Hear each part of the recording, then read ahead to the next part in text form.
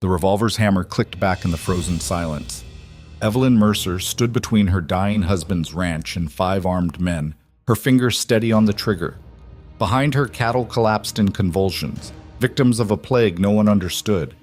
In front of her, Montana's most ruthless cattle baron smiled like a wolf circling wounded prey.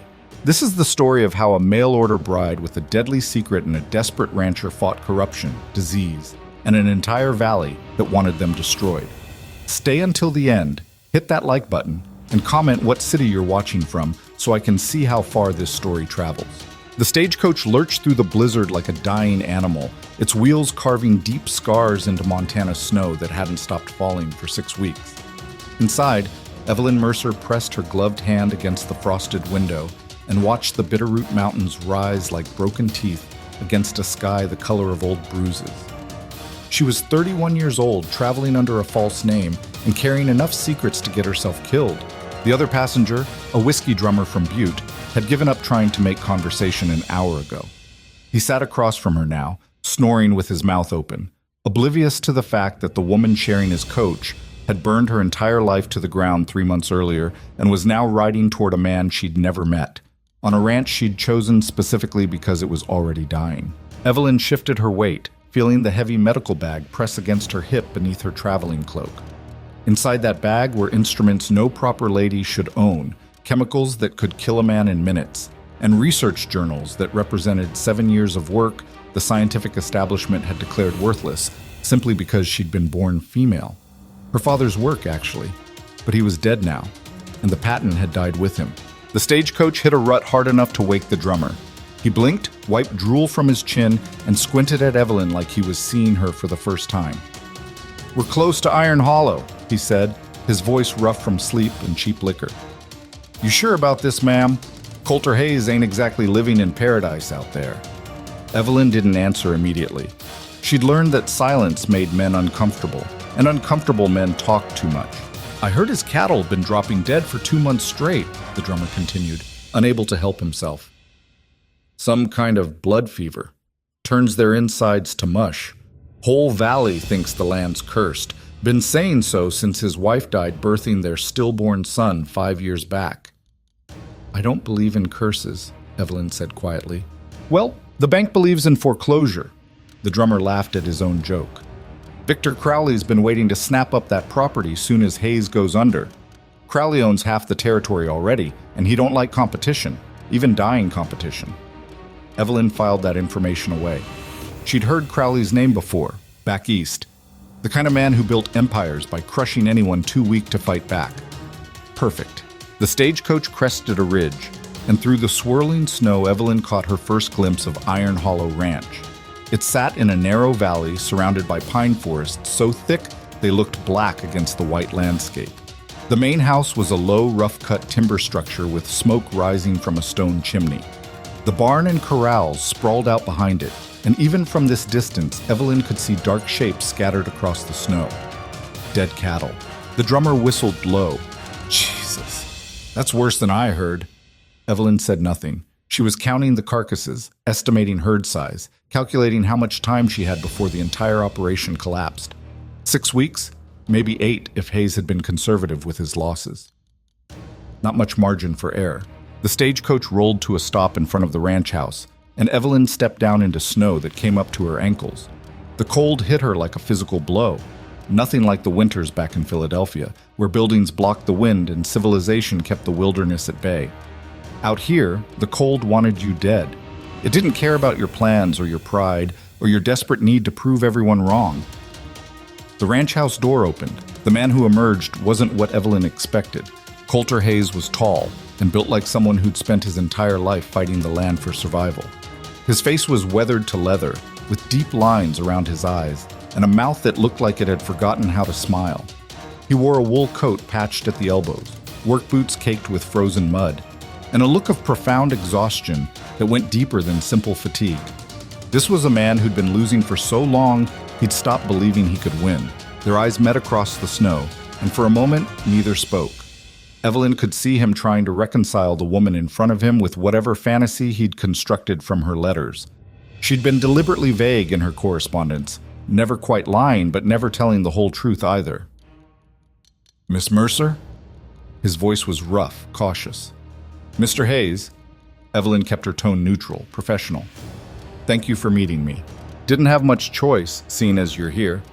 He moved toward the coach, and Evelyn noticed the slight hitch in his left leg. Old injury, badly healed. Let me get your trunk. I have 3, Evelyn said. Coulter paused, one hand already on the luggage rack. 3 trunks for a ranch wedding? I believe in being prepared. The drummer was already unloading her belongings, eager to finish this run and get back to civilization. The first trunk was heavy enough to make Coulter grunt with effort. The second was even worse, packed tight with books and equipment Evelyn had smuggled out of Philadelphia piece by piece. The third trunk was locked with a padlock Evelyn kept the key to on a chain around her neck. When Coulter tried to lift it, something inside shifted with a metallic rattle. What the hell you got in here?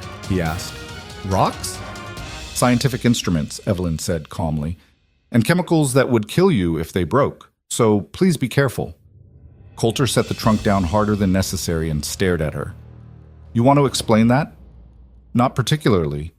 Evelyn turned to the drummer, who was already climbing back onto the coach, clearly wanting no part of whatever domestic drama was about to unfold. Thank you for the pleasant journey. The drummer tipped his hat without looking at her, and the stagecoach pulled away, leaving Evelyn and Coulter alone in the frozen yard with 3 mysterious trunks and a silence thick enough to choke on. Finally, Coulter spoke. You're not what I expected. Good, Evelyn said. Expectations are generally disappointing. Your letters said you were looking for a new start. Companionship. A quiet life on a ranch. His eyes narrowed. They didn't say nothing about chemicals or scientific instruments or 3 trunks full of God knows what. Evelyn met his gaze without flinching. Your advertisement said you wanted a wife. It didn't specify that she needed to be stupid. Something flickered across Coulter's face. Surprise, maybe? Or the ghost of humor. It disappeared almost immediately, buried under layers of suspicion and exhaustion.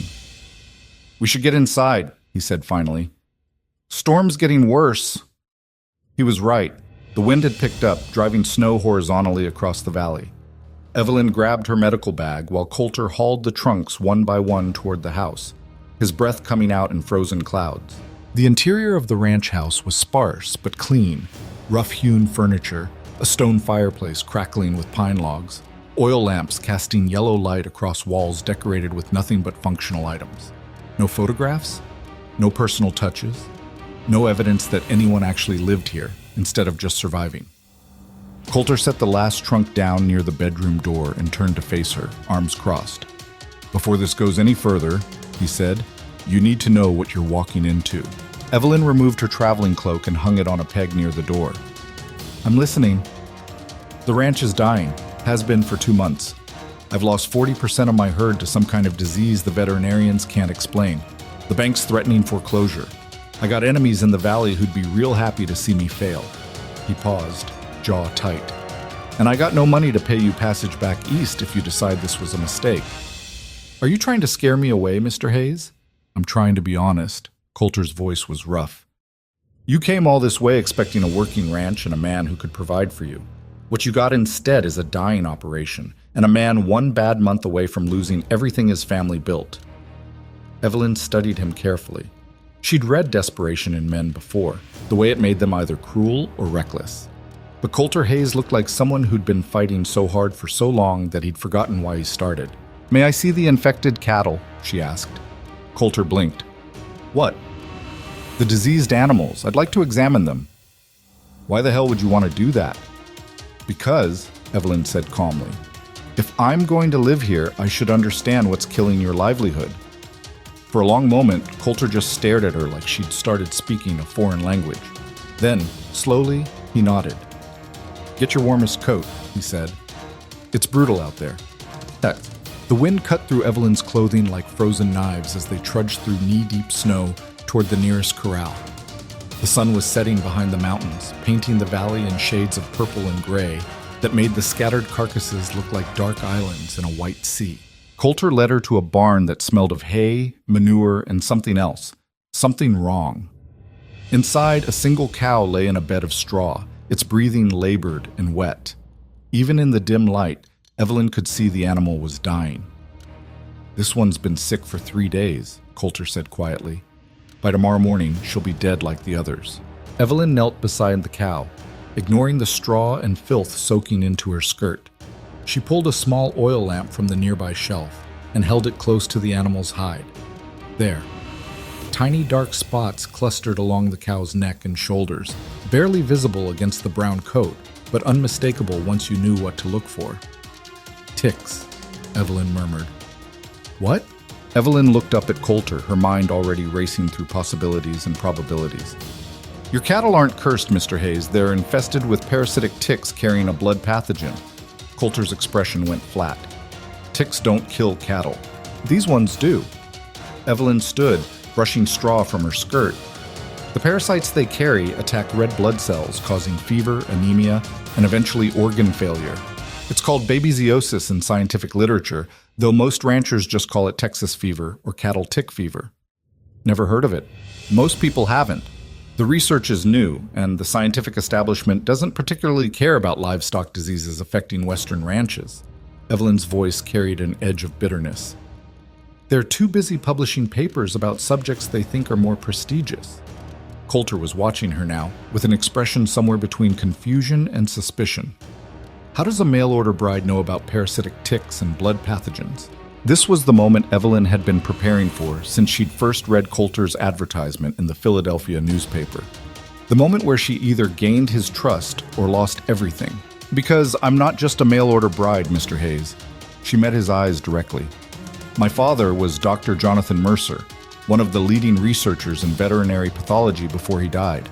I was his research assistant for 7 years. I know more about livestock diseases than most of the veterinarians you've probably consulted, and I've developed treatments that could save your herd, if you're willing to let me try. The silence in the barn was absolute except for the dying cow's labored breathing. You lied to me, Coulter said finally. I omitted certain details, Evelyn corrected. Your advertisement said you wanted a wife. It didn't say she needed to be helpless. Why? Coulter's voice was hard now, angry. Why come all the way out here pretending to be something you're not? What the hell are you really after? Evelyn had known this question would come. She'd rehearsed her answer 100 times during the long journey west. But standing in this freezing barn with this exhausted, suspicious man, all her careful explanations felt hollow. So she told him the truth. Because after my father died, the cattle barons back east destroyed his reputation to steal his research. They couldn't accept that a woman had contributed to his work, so they declared all of it worthless and drove me out of Philadelphia. I lost my home, my position, my father's legacy, everything. Her voice stayed level, but something cold and sharp crept into it. So, yes, Mr. Hayes, I used your advertisement. I chose your ranch specifically because it was already dying, because I needed a place desperate enough to let me prove my cure works. Coulter's jaw tightened. You used me. Yes. You came out here planning to experiment on my cattle like they're nothing but laboratory animals. I came here planning to save them, Evelyn said, which is more than anyone else has offered to do. The dying cow let out a wet, rattling breath. Both of them looked at it, then back at each other. You should leave, Coulter said quietly. First stage out of here, you should go back east where you belong. And let your ranch die? Evelyn challenged. Let Victor Crowley take everything your family built? Let this disease spread to other herds across the valley because no one had the courage to fight it? That's not your problem. You're right. It's not. Evelyn turned toward the barn door, then paused. But I'm here now, and I have the knowledge and the treatment that could save your cattle. You can send me away because your pride is hurt that I wasn't completely honest in my letters. Or you can let me try to save what's left of your herd before the bank forecloses and Crowley wins everything. She walked to the door, one hand on the rough wood, waiting. Behind her, she heard Coulter exhale, a long, defeated sound. 3 days, he said. You got 3 days to show me this treatment of yours works. After that, if my cattle are still dying, you're on the first stage out of here. Evelyn turned back to face him. Agreed. And one more thing. Coulter's eyes were hard. We're not getting married. Not until I know who the hell you really are and what you're really doing here. That's fair, Evelyn said. They stood there in the dying light, two people who'd both lied to each other, surrounded by death and cold, and the wreckage of their separate desperations. It wasn't how Evelyn had imagined starting this partnership, but it would have to do.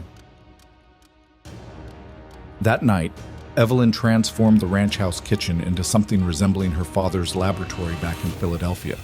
She unpacked her trunks methodically, laying out glass vials, surgical instruments, notebooks filled with chemical formulas and treatment protocols. Coulter watched from the doorway, arms crossed, saying nothing. "The treatment is complex," Evelyn explained as she worked, partly because he deserved to know, partly because talking helped her think.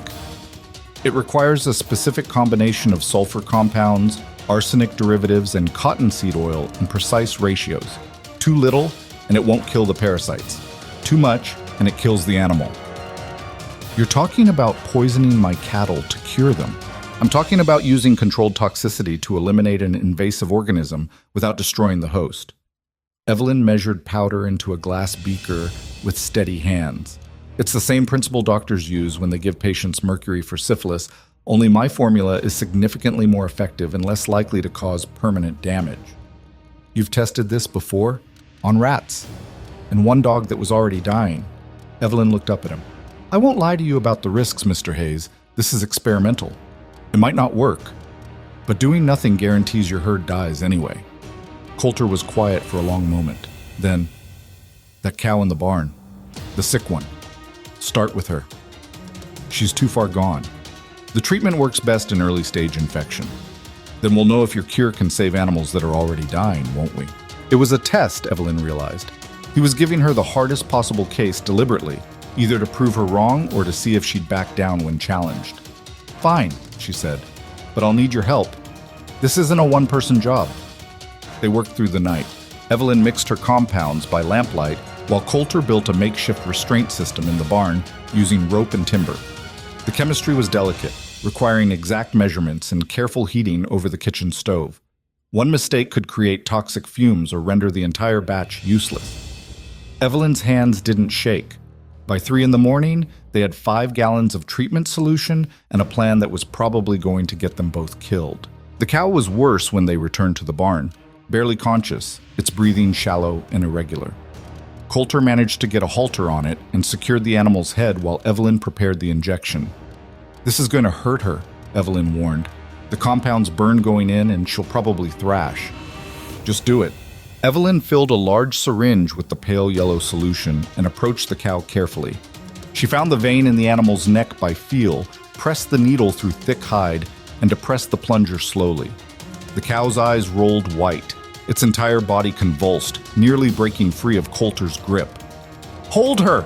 Evelyn shouted. Coulter threw his full weight against the animal, using his body to pin it against the barn wall while Evelyn finished the injection. The cow screamed, a sound Evelyn had never heard cattle make before, high and desperate and full of pain. Then it went still. Evelyn pulled the needle free, breathing hard. Blood trickled from the injection site, darker than it should be, almost black in the lamplight. "Is she dead?" Coulter asked. "No. Unconscious. The shock put her into a kind of hibernation state." Evelyn wiped sweat from her forehead despite the freezing temperature. "Now we wait." They sat in the straw on opposite sides of the barn, watching the cow's chest rise and fall in shallow breaths. The oil lamp burned low. Outside, the wind screamed across the valley like something alive and hungry. "You said cattle barons destroyed your father's reputation," Coulter said after a long silence. "What'd they do?" Evelyn didn't answer immediately. She'd spent 3 months trying not to think about Philadelphia, about the hearing, about watching her father's life's work dismissed as fraud by men who'd never spent a single day conducting actual research. But sitting here in this freezing barn, waiting to see if her cure would work or fail spectacularly, the words came anyway. "My father developed a treatment for rinderpest, a viral disease that was decimating imported European cattle. He proved it worked in controlled trials. But when he tried to publish his research, the established veterinarians accused him of fabricating data. They said a small-town doctor couldn't possibly have succeeded where university researchers had failed." She paused. What they really meant was that they couldn't accept that a man who let his daughter assist him, who taught her chemistry and biology and surgical techniques instead of needlework and piano, could produce legitimate science. So they called him a fraud. They called him worse than that. They said he was a dangerous charlatan, putting livestock and human consumers at risk. They pressured medical journals to reject his papers. They convinced the patent office to deny his applications. Evelyn's voice stayed flat, clinical. And when he died of heart failure 6 months later, they made sure everyone knew it was because he couldn't handle the shame of being exposed. But his research was real. Every word of it. Evelyn looked at the dying cow. Which is why I'm here.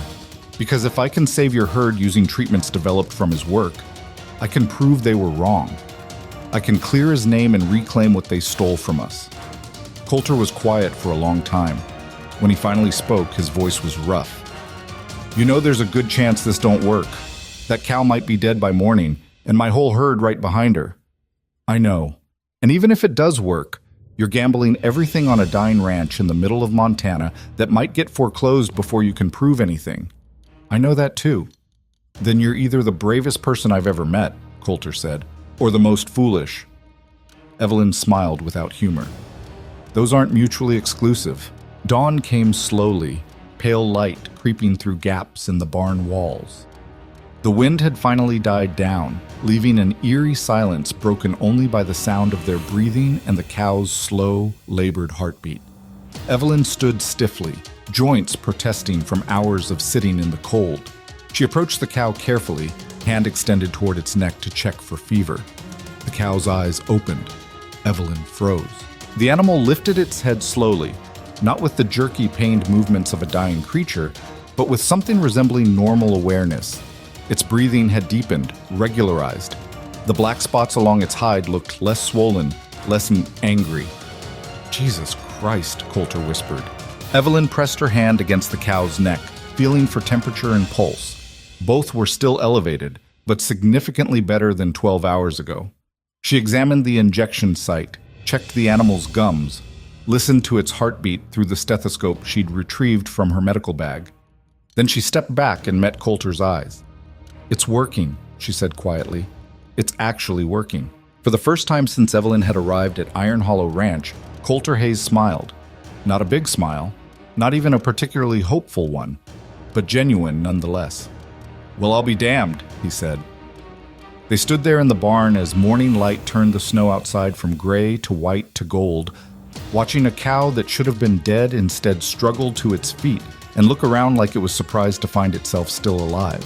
Neither of them said what they were both thinking, that this was just one animal, that they had an entire herd to save, that Victor Crowley and the bank and the whole valley that wanted them to fail were still out there waiting. But for this one moment, in this freezing barn that smelled of hay and manure and desperate hope, they'd won something, and that would have to be enough to keep fighting. The next 72 hours tested Evelyn and Coulter in ways neither had anticipated. Word spread fast in the valley.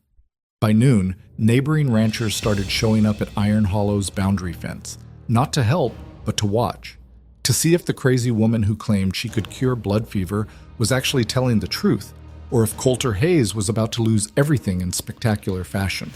Evelyn ignored them. She had work to do. They started with the early-stage cases, cattle that showed symptoms but weren't yet critical.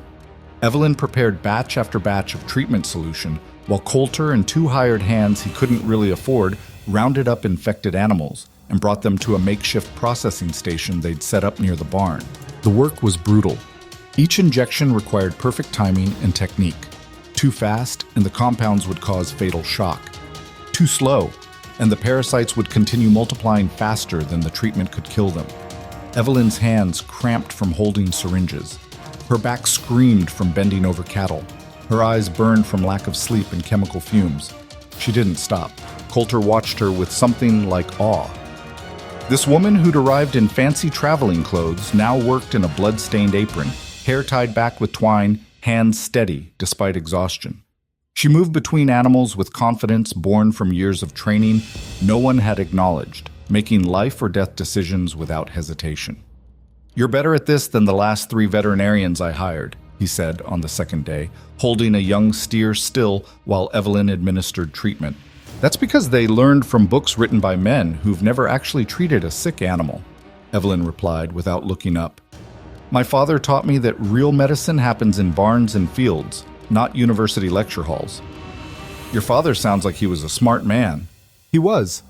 Evelyn pulled the needle free and marked the steer's ear with a daub of paint to indicate it had been treated. He was also stubborn, idealistic, and completely blind to how the world actually works. He thought good research would speak for itself, that truth would win out over politics and prejudice. You don't believe that? I believe truth needs someone willing to fight for it. Evelyn moved to the next animal. Otherwise, it just gets buried by people with more power and less conscience. On the third day, Victor Crowley came to visit.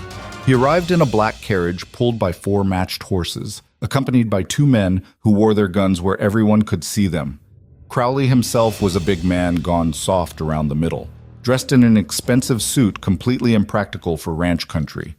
He had the kind of face that looked friendly until you noticed his eyes, cold and calculating, measuring everything in terms of profit and loss. Coulter met him at the property line, rifle held casually across his chest. "Crowley," he said flatly, "you're trespassing." "Just came to check on my future property," Crowley said with a smile that didn't reach his eyes. "Heard you hired yourself some kind of miracle worker. Wanted to see if the rumors were true." "My ranch isn't your property." "Not yet. But the bank says you got less than a week to make your loan payment, and from what I hear, you've been too busy playing doctor to sell any cattle." Crowley's gaze shifted past Coulter to where Evelyn was working near the barn. "That her? The mail-order bride who thinks she can cure blood fever with chemicals and witchcraft?" "That's Dr. Mercer," Coulter said, his voice dropping into something dangerous. "And she's doing more to save this ranch than you ever did for the valley." Crowley laughed. "Doctor? Hayes, you got yourself swindled by a woman playing pretend. There's no cure for blood fever. Every real veterinarian knows that. Disease comes, disease goes. All you can do is cull the infected animals and hope it don't spread.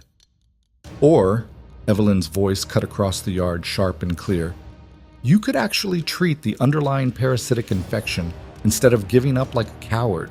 She'd approached without either man noticing, still wearing her blood-stained apron, hair coming loose from its tie, looking nothing like the refined Lady Crowley probably expected. But her eyes were steady and hard. Crowley's smile widened. "You got yourself a spirited one, Hayes. Shame she's wasting her fire on a lost cause." "The only lost cause here is your attempt at intimidation," Evelyn said. "Mr. Hayes' herd is recovering. We've treated 47 animals in the past 3 days, and the survival rate is currently 92%. Those are numbers no amount of your posturing can change." Something shifted in Crowley's expression. Surprise, quickly covered by anger.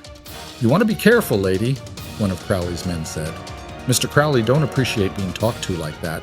Evelyn didn't even look at him. She kept her eyes on Crowley. "And I don't appreciate cattle barons who profit from other people's suffering.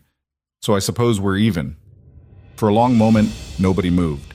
The tension stretched tight enough to snap. Then Crowley laughed, a harsh, ugly sound. "You know what? I like you," he said to Evelyn. "You got more balls than most men I know. It's going to be a real shame when this whole operation falls apart and you're stuck married to a broke rancher with nothing but debt and dead dreams." He climbed back into his carriage, his men following. Before leaving, he leaned out the window one more time. "1 week, Hayes," he said. "Then the bank takes this place, and I take it from them. All your fighting won't change that." The carriage rolled away, leaving deep ruts in the muddy road. Coulter turned to Evelyn. "You shouldn't have antagonized him like that." "Why not?" "He's a bully and a coward. Someone needed to say it. Because now he knows you're the real threat, which means he's going to come after you specifically." Coulter's expression was grim. Men like Crowley don't forget when someone makes them look foolish, especially not in front of their hired guns. Then he'll learn I'm not as easy to crush as he thinks. Evelyn turned back toward the barn. "Now come on. We've got 20 more cattle to treat before dark, and I'm not letting Victor Crowley's wounded pride slow us down." Coulter watched her walk away, this strange, brilliant, infuriating woman who'd lied her way onto his ranch and was now fighting for it harder than he'd fought for anything in years. He didn't know whether to thank her or warn her to run. Probably both. Isik.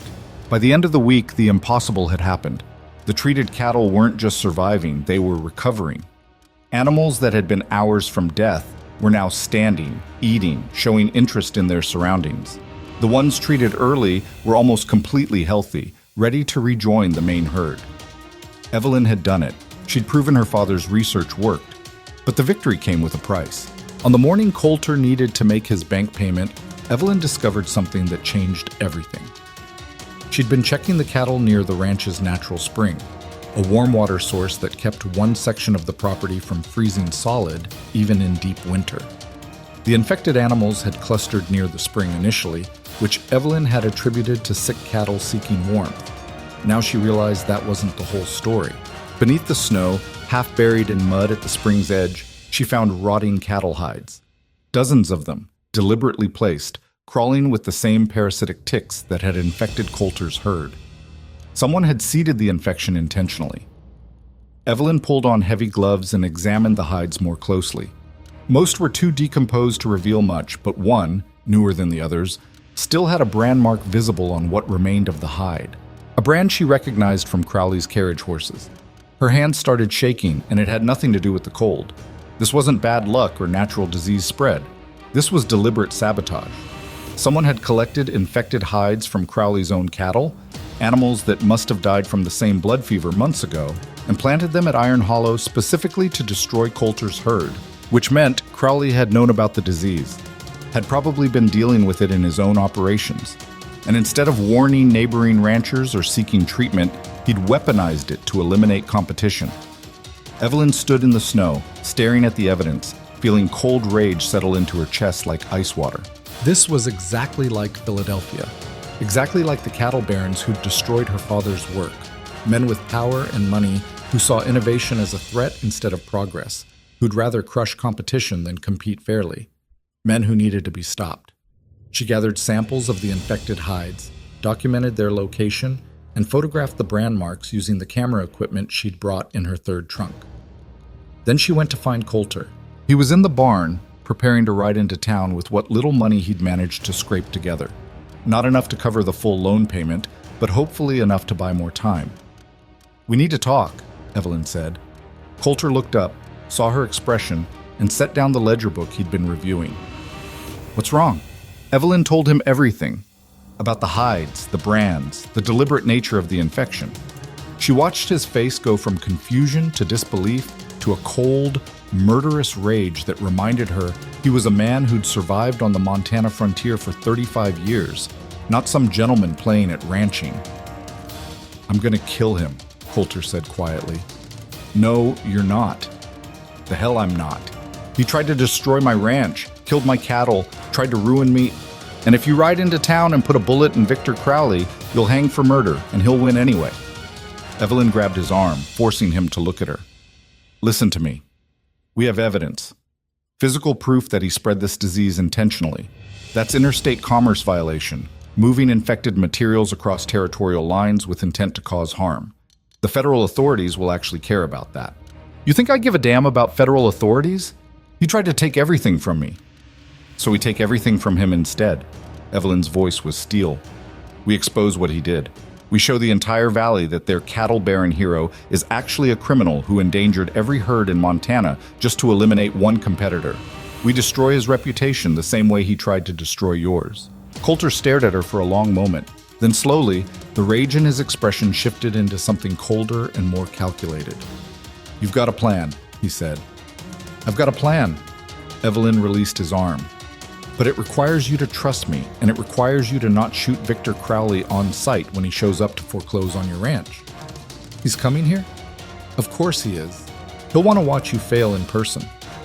Evelyn smiled without humor, which is exactly what we need him to do. Outside, the sun was setting behind the Bitterroot Mountains, painting the snow in shades of orange and red that looked like fire spreading across the frozen valley. Inside the barn, two people who'd started as strangers bound by desperation and lies began planning how to burn down a cattle empire, and neither of them was smiling anymore. The plan Evelyn laid out that night was either brilliant or completely insane, and Coulter couldn't decide which until she'd finished talking. They sat at the kitchen table with the infected cattle hide spread across newspaper, the stench of rot filling the small room despite the cold. Evelyn had her research journals open, pages covered in chemical formulas and legal statutes she'd copied from law books back in Philadelphia. "Crowley's going to come here with the sheriff and bank officials to execute the foreclosure," Evelyn said, her finger tracing lines in her notebook. "That's his pattern. He likes making a public spectacle of taking people's property. Make sure everyone in the valley knows what happens when you cross him. So we let him come, Coulter said slowly. And then what? Then I present evidence that he deliberately spread an infectious disease across territorial lines with intent to cause economic harm. Evelyn looked up, her eyes sharp in the lamplight. That's not just sabotage, Coulter. That's bioterrorism. That's a federal crime that carries prison time even for men as connected as Victor Crowley. Coulter picked up one of the rotting hides, examining the brand mark that matched Crowley's operation. You really think the sheriff's gonna arrest the richest man in Montana based on some decomposed cowhide and your say-so? Not my say-so. Scientific evidence documented according to legal standards. Evelyn pulled out a leather folder containing the photograph she'd taken, detailed notes about where each hide was found, chemical analysis of the parasites. I spent 7 years learning how to make research bulletproof against people who wanted to discredit it. I know how to build a case. The sheriff's on Crowley's payroll. Maybe, but bank officials and federal marshals aren't. Evelyn's voice hardened. And when Crowley comes here to gloat about taking your ranch, he's going to do it in front of witnesses we can use against him. Coulter was quiet for a long moment, studying this woman who'd appeared in his life a week ago and was now proposing they take down the most powerful man in the territory using nothing but scientific evidence and legal technicalities. You know this is crazy, right? He said finally. I know it's the only chance we have. Evelyn met his eyes. You can shoot Crowley and hang for it, or we can destroy him the right way. Your choice. Coulter thought about the ranch his father had built, the years he'd spent fighting this land for survival, the wife and child he'd lost in this valley that seemed determined to take everything he loved. He thought about giving up, about letting Crowley win, about walking away from the only home he'd ever known. Then he thought about Evelyn standing in the snow with blood on her apron, fighting for cattle that weren't even hers, defending a ranch she'd only come to because she needed something to prove. All right, he said, we do it your way. But if this goes sideways and Crowley walks away laughing, I reserve the right to shoot him anyway. Fair enough. Evelyn allowed herself a small smile. Now, help me organize this evidence. We've got 3 days to build an airtight case. They worked through the night again, but this time it wasn't chemicals and syringes. It was documents and testimonies and legal precedents. Evelyn wrote everything out in precise scientific language, while Coulter provided details about the timeline of the infection, his financial losses, Crowley's previous attempts to acquire the property. Somewhere around 2 in the morning, Coulter made coffee strong enough to strip paint. You ever actually practice law? He asked, setting a cup in front of Evelyn. No. But I sat through enough legal proceedings watching men try to destroy my father's work to learn how the system functions. She took the coffee without looking up from her writing. The trick isn't being right. It's making it impossible for them to dismiss you without looking corrupt themselves. That's a pretty cynical view of justice. That's a realistic view of power. Evelyn finally met his eyes. Justice is what happens when the people with power decide they have more to lose by being obviously corrupt than by doing the right thing. You just have to make the calculation work in your favor.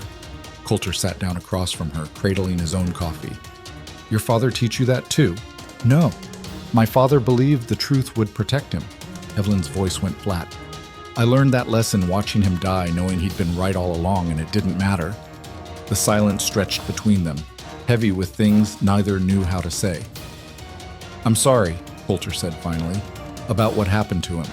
About men like Crowley, who destroy good people because they can.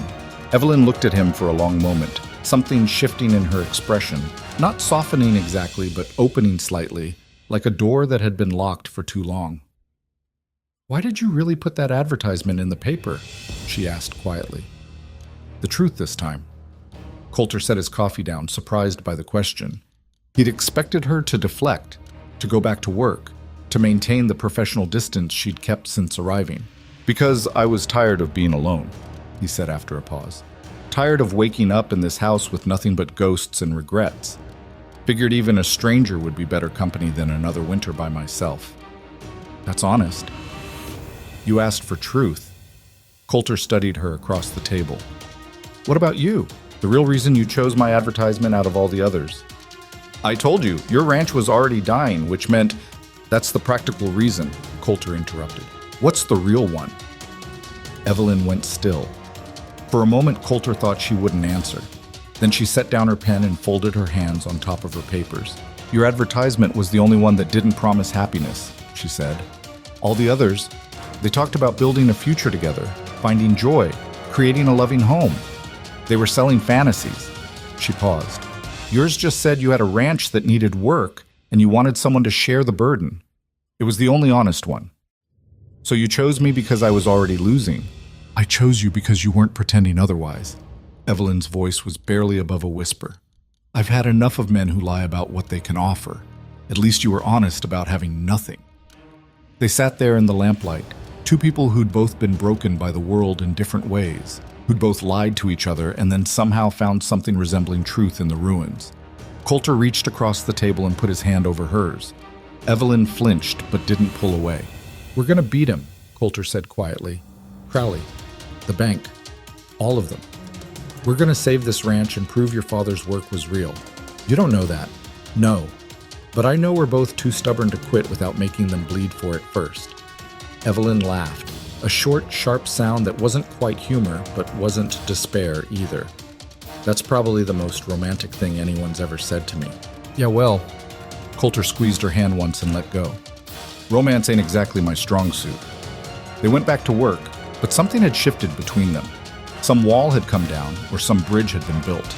Coulter wasn't sure which, and he wasn't sure it mattered.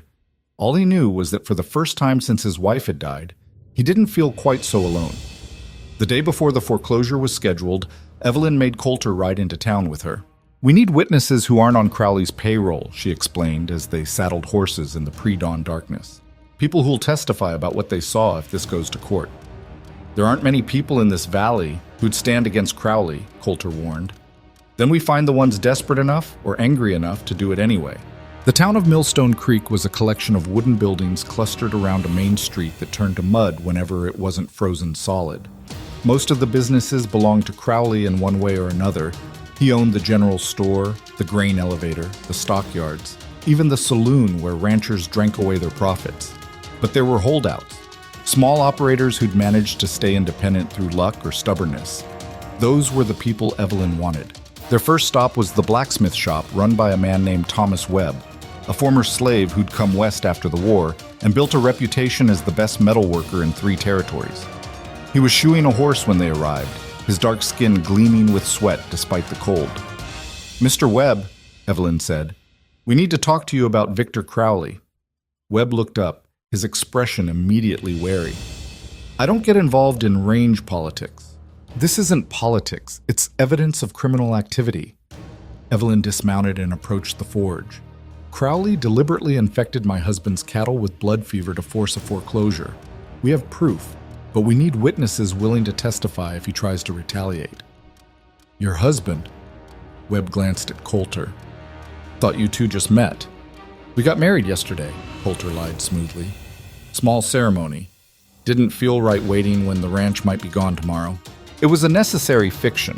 Unmarried women couldn't own property in Montana Territory, which meant Evelyn's testimony would carry more weight if she was legally Coulter's wife. They'd ridden into town that morning and paid the justice of the peace $5 to sign the papers without asking too many questions. Coulter still wasn't sure how he felt about being married to a woman who'd lied her way into his life and was now dragging him into a legal battle with the most dangerous man in Montana. But he'd signed the papers anyway. Webb set down his hammer, studying them both carefully. "You got real evidence, not just accusations."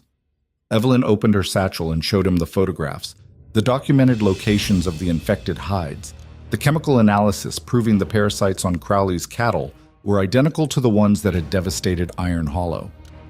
Webb looked through everything slowly, his expression darkening. "Son of a bitch," he muttered. "I lost 6 head to blood fever last year. Thought it was just bad luck." "It wasn't luck," Evelyn said.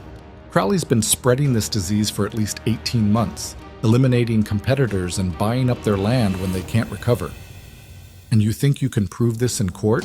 "I think if enough people come forward with similar losses, we can establish a pattern that even corrupt officials can't ignore."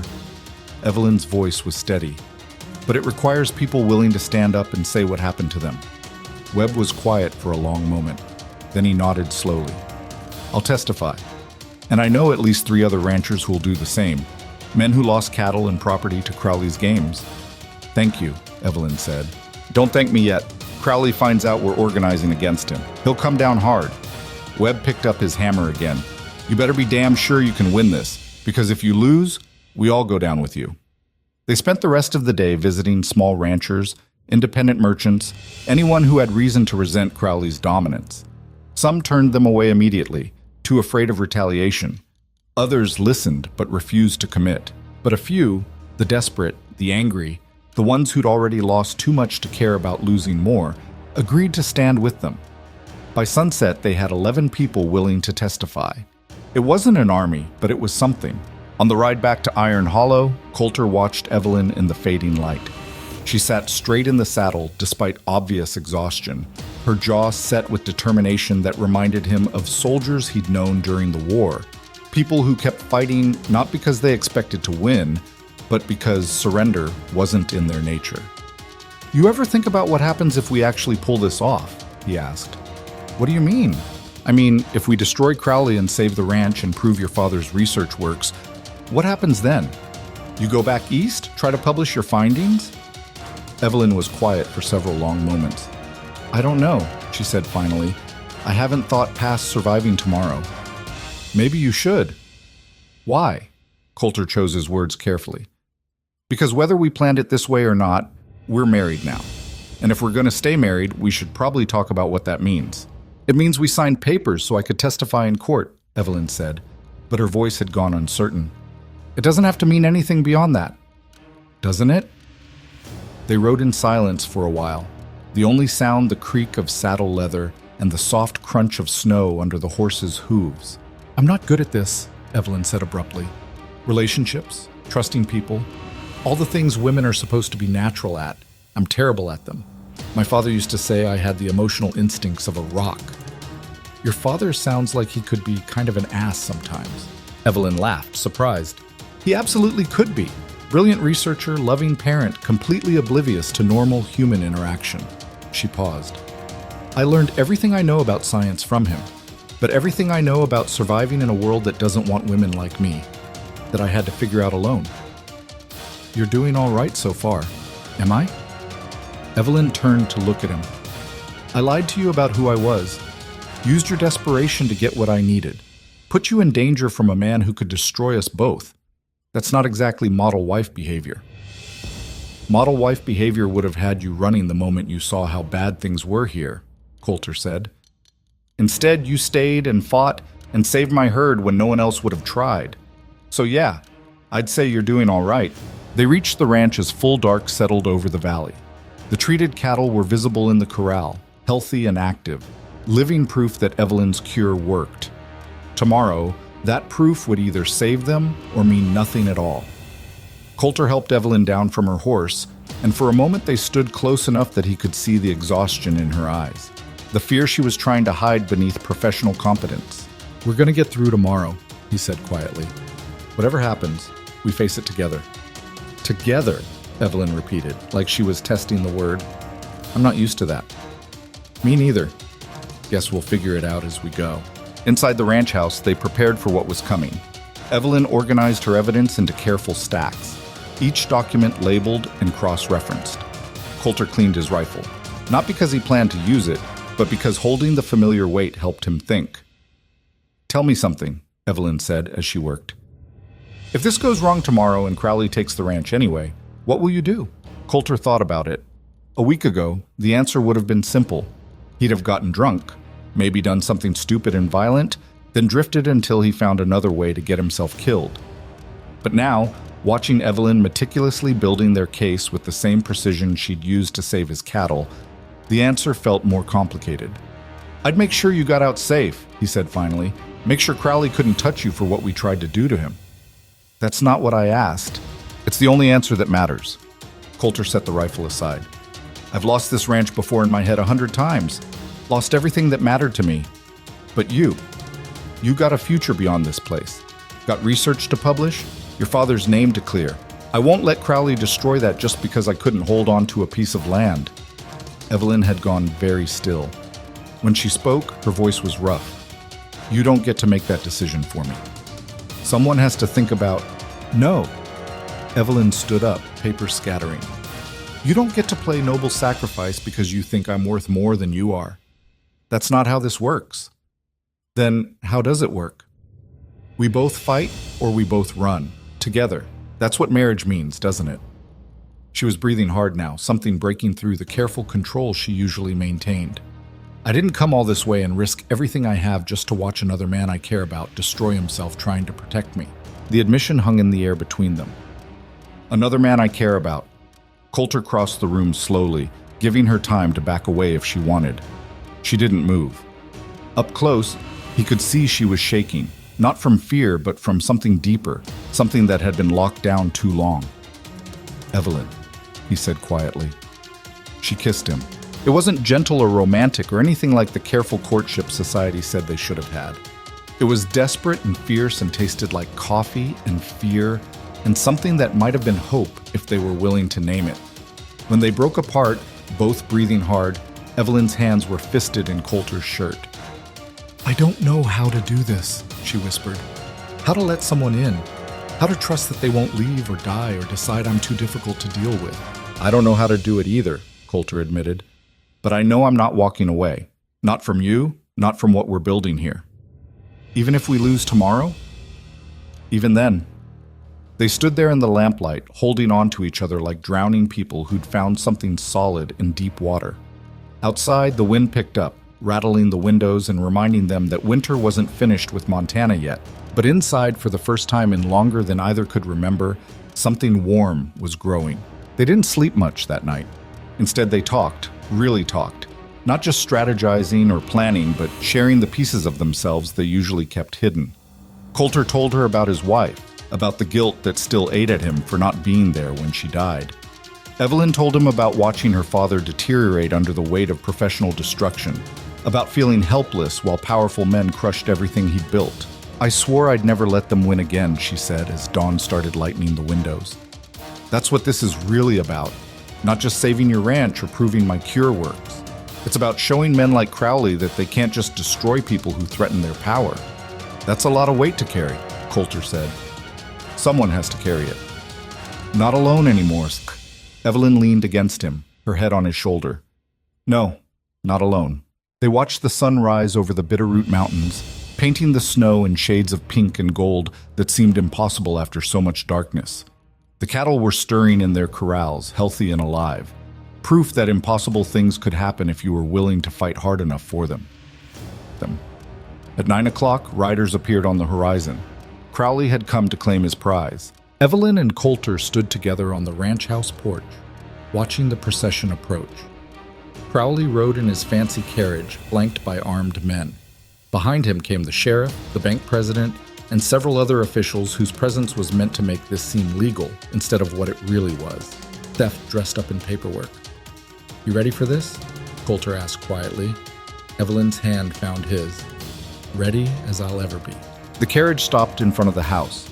Crowley stepped down, looking well-fed and satisfied, like a man about to enjoy a meal he'd been anticipating for months.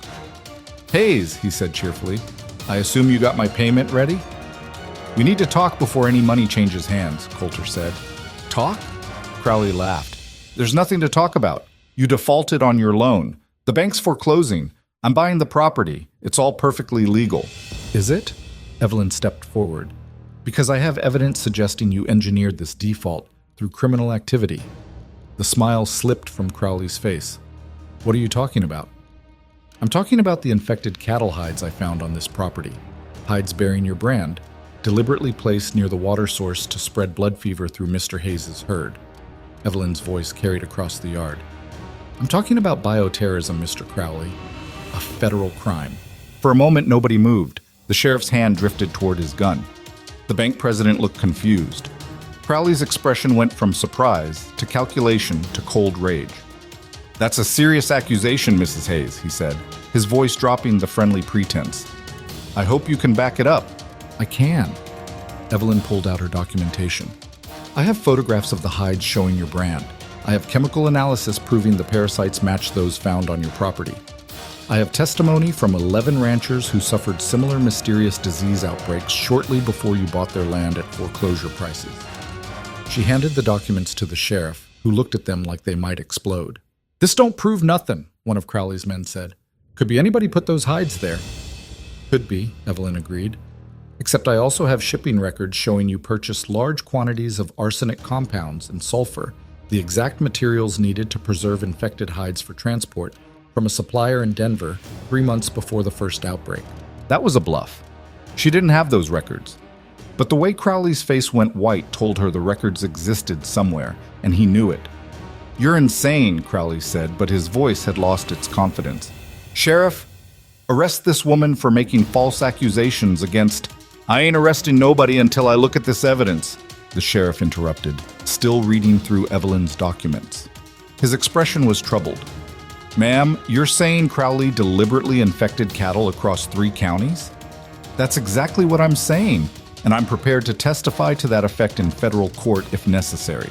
The bank president stepped forward. "Now, hold on. If there's even a possibility that this foreclosure is based on criminal activity, the bank can't proceed until—" "The hell you can't." Crowley turned on him. "We have a contract. The loan is in default. You execute the foreclosure or I'll find another bank that will." "Mr. Crowley," the bank president said carefully, "if this goes to court and we foreclosed knowing there were allegations of criminal conspiracy, the bank could be charged as an accessory. I'm not risking that." Crowley's face was turning red. "You spineless! I want to see these hides," the sheriff said abruptly. "Mrs. Hayes, you said you found them near the water source?" "I can show you exactly where." For the next hour, Evelyn led the sheriff, the bank president, and a growing crowd of curious onlookers to the spring where she'd discovered the evidence. Crowley followed, his earlier confidence crumbling as more people examined the rotting hides and saw his brand marks clearly visible. "Could have been rustlers," Crowley tried weakly. "Someone stole my cattle, killed them, dumped the bodies here to frame me." "Possible," Evelyn said, "except rustlers typically take live cattle, not disease-ridden carcasses that are worthless for meat or hide. And they certainly don't arrange them in careful patterns designed to maximize disease transmission through a water source." She pointed to how the hides were positioned, upstream of where the cattle drank, partially submerged to keep the parasites alive, weighted down with rocks to prevent them from washing away. "This was deliberate," she said. "Someone with knowledge of disease vectors and animal behavior did this. Someone who understood exactly how to destroy a herd while making it look like natural outbreak." The sheriff was looking at Crowley now with open suspicion. "You know anything about disease vectors, Crowley?" "Of course not. I'm a rancher, not a scientist." "Funny thing," Evelyn said quietly, "because I found correspondence between you and a veterinary college in Chicago discussing blood fever prevention methods. You've been studying this disease for at least 2 years." That wasn't a bluff. She'd found the letters and public records when researching Crowley's background. Crowley's face went from red to pale. His hand drifted toward the gun at his hip. "Don't," Coulter said softly, his rifle already halfway to his shoulder. Everyone froze. "Nobody's shooting anybody," the sheriff said, his own weapon drawn now. "Crowley, you keep your hands where I can see them." "This is ridiculous," Crowley said, but his voice was shaking now. "You're all believing some Eastern woman's fairy tales over a man who's built half this territory." "I'm believing evidence," the sheriff interrupted. "And what I'm seeing here is enough to warrant a formal investigation." He turned to his deputy. "Ride to Helena. Fetch the federal marshal. We got a situation that's bigger than local jurisdiction." The deputy rode off at a gallop. Crowley looked around at the gathered crowd. Ranchers he'd crushed, townspeople he'd bought off, officials who'd turned a blind eye to his activities for years. For the first time, he was seeing fear in their eyes when they looked at him, not respect. "You think you've won something here," he said, staring at Evelyn with pure hatred.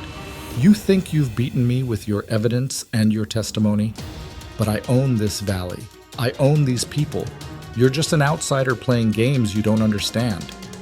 "Maybe," Evelyn said calmly, "but I'm an outsider with documented proof of federal crimes. And unlike the people you've been intimidating for years, I've got nothing left to lose." That was when Crowley made his mistake. He drew his gun. Later, people would argue about exactly what happened next. Whose shot fired first, whether Crowley actually aimed at Evelyn or just panicked. But Coulter didn't care about later. All he saw was a gun swinging toward the woman he'd married. The woman who'd saved his ranch, and maybe saved him too, and his body moved before his mind caught up. He hit Crowley from the side like a falling tree. The gun went off, bullet punching harmlessly into the snow. Both men went down hard, Crowley underneath. Coulter heard ribs crack. Couldn't tell if they were Crowley's or his own, didn't matter.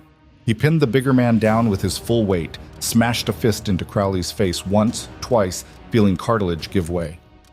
"Coulter!" Evelyn's voice sharp and commanding. "Stop!" He stopped, fist raised for another blow, breathing hard. Blood dripped from Crowley's ruined nose onto the white snow.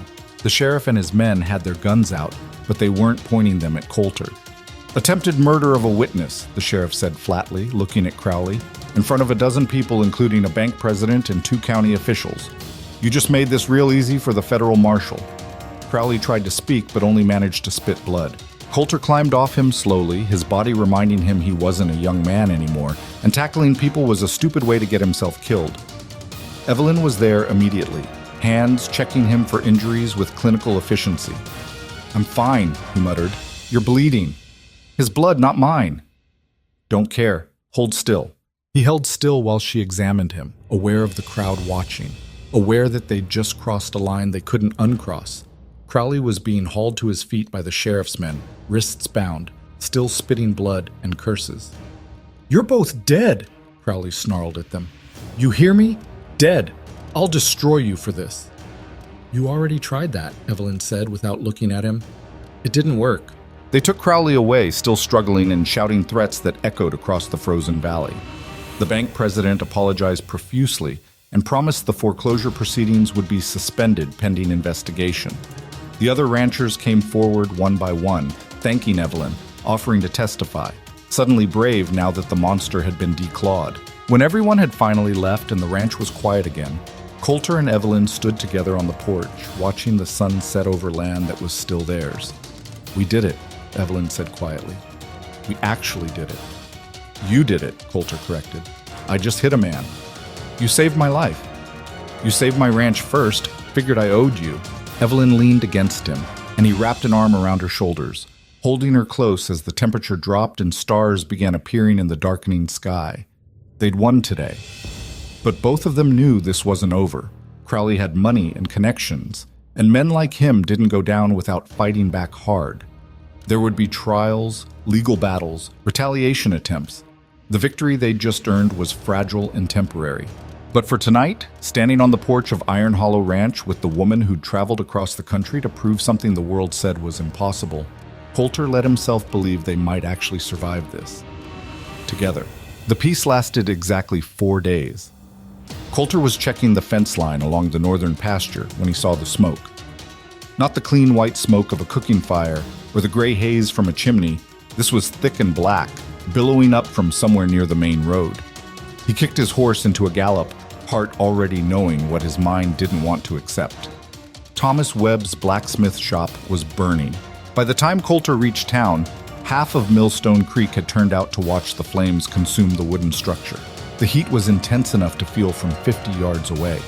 Webb stood in the street with his face covered in soot, watching everything he'd built turn to ash. "What happened?" Coulter demanded, swinging down from his horse. "What do you think happened?" Webb's voice was hollow. "Crowley's men came in the night, told me to keep my mouth shut about testifying. When I refused, they came back with torches. Anyone see who did it? Half the town saw. Nobody's willing to say so." Webb spat into the dirt. "Crowley might be locked up in Helena waiting for trial, but his money still talks real loud around here." Coulter felt cold rage settling into his chest. "I'll find who did this." "Don't bother, won't change nothing." Webb turned to face him, eyes red from smoke and something harder than tears. "I'm leaving Montana soon as I can sell my tools. Going to California where I don't have to worry about getting burned out for telling the truth."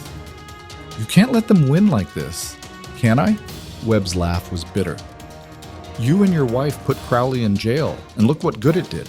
His hired guns are still out there, still getting paid to make examples of people who stood against him. I got a family to think about, Hayes. I can't afford to be brave anymore." Coulter wanted to argue, wanted to promise that justice would prevail and the law would protect them. But standing there watching the blacksmith shop collapse in on itself, sending sparks into the gray winter sky, the words felt hollow. He rode back to Iron Hollow slowly, dreading what he had to tell Evelyn. She was in the barn when he returned, mixing another batch of treatment solution. 3 more ranchers had shown up that morning, asking if she could cure their cattle.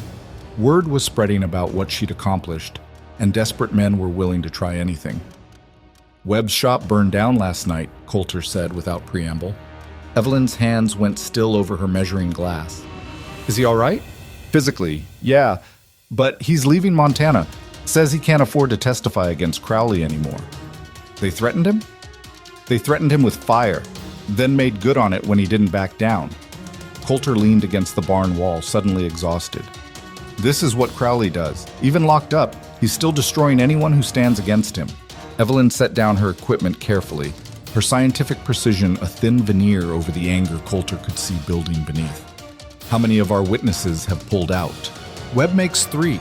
The Anderson brothers withdrew their testimony yesterday. Said their barn got vandalized and they got the message. Coulter met her eyes. We're losing this, Evelyn. Crowley's lawyers are going to walk him out of jail in a few weeks, and we'll be right back where we started. Except now everyone knows we tried to take him down and failed. We haven't failed yet. We're about to. The federal marshal said without enough witnesses to establish a pattern of criminal activity, all they've got is 1 incident of diseased cattle on our property. Could have been an accident. Could have been us planting evidence to frame Crowley. Without corroboration, it's our word against the richest man in Montana. Evelyn was quiet for a long moment. Then she walked to the barn door and stared out at the snow-covered valley, her shoulders rigid. My father used to say that the measure of a scientist isn't whether their first experiment succeeds, she said quietly. It's whether they keep trying after it fails. This isn't a laboratory experiment. These are people's lives. I know that. She turned to face him, and Coulter saw something fierce and uncompromising in her expression, which is why we can't give up. Because if we do, Crowley wins. And every other powerful man who thinks he can destroy people without consequences wins too. What are you suggesting? I'm suggesting we take the fight to him instead of waiting for his hired guns to pick us off one by one. Evelyn crossed the barn, moving with the decisive energy that always preceded her most dangerous ideas. The federal trial is scheduled for 3 weeks from now in Helena. Crowley's lawyers are going to argue that we fabricated evidence, that the diseased hides could have come from anywhere, that there's no proof he deliberately spread the infection. Right. Which is why we need witnesses to... We don't need witnesses, Evelyn interrupted. We need to prove the disease couldn't have spread naturally.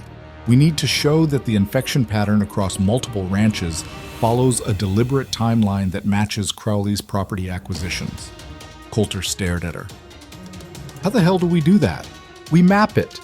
Evelyn was already moving toward the house, her mind clearly racing ahead. Every ranch that suffered blood fever in the past 2 years. We document when the infection appeared, how it spread, which properties Crowley acquired afterward. If we can show a clear pattern of outbreak followed by foreclosure followed by purchase, it establishes intent. That would take weeks of research. Then we better start now.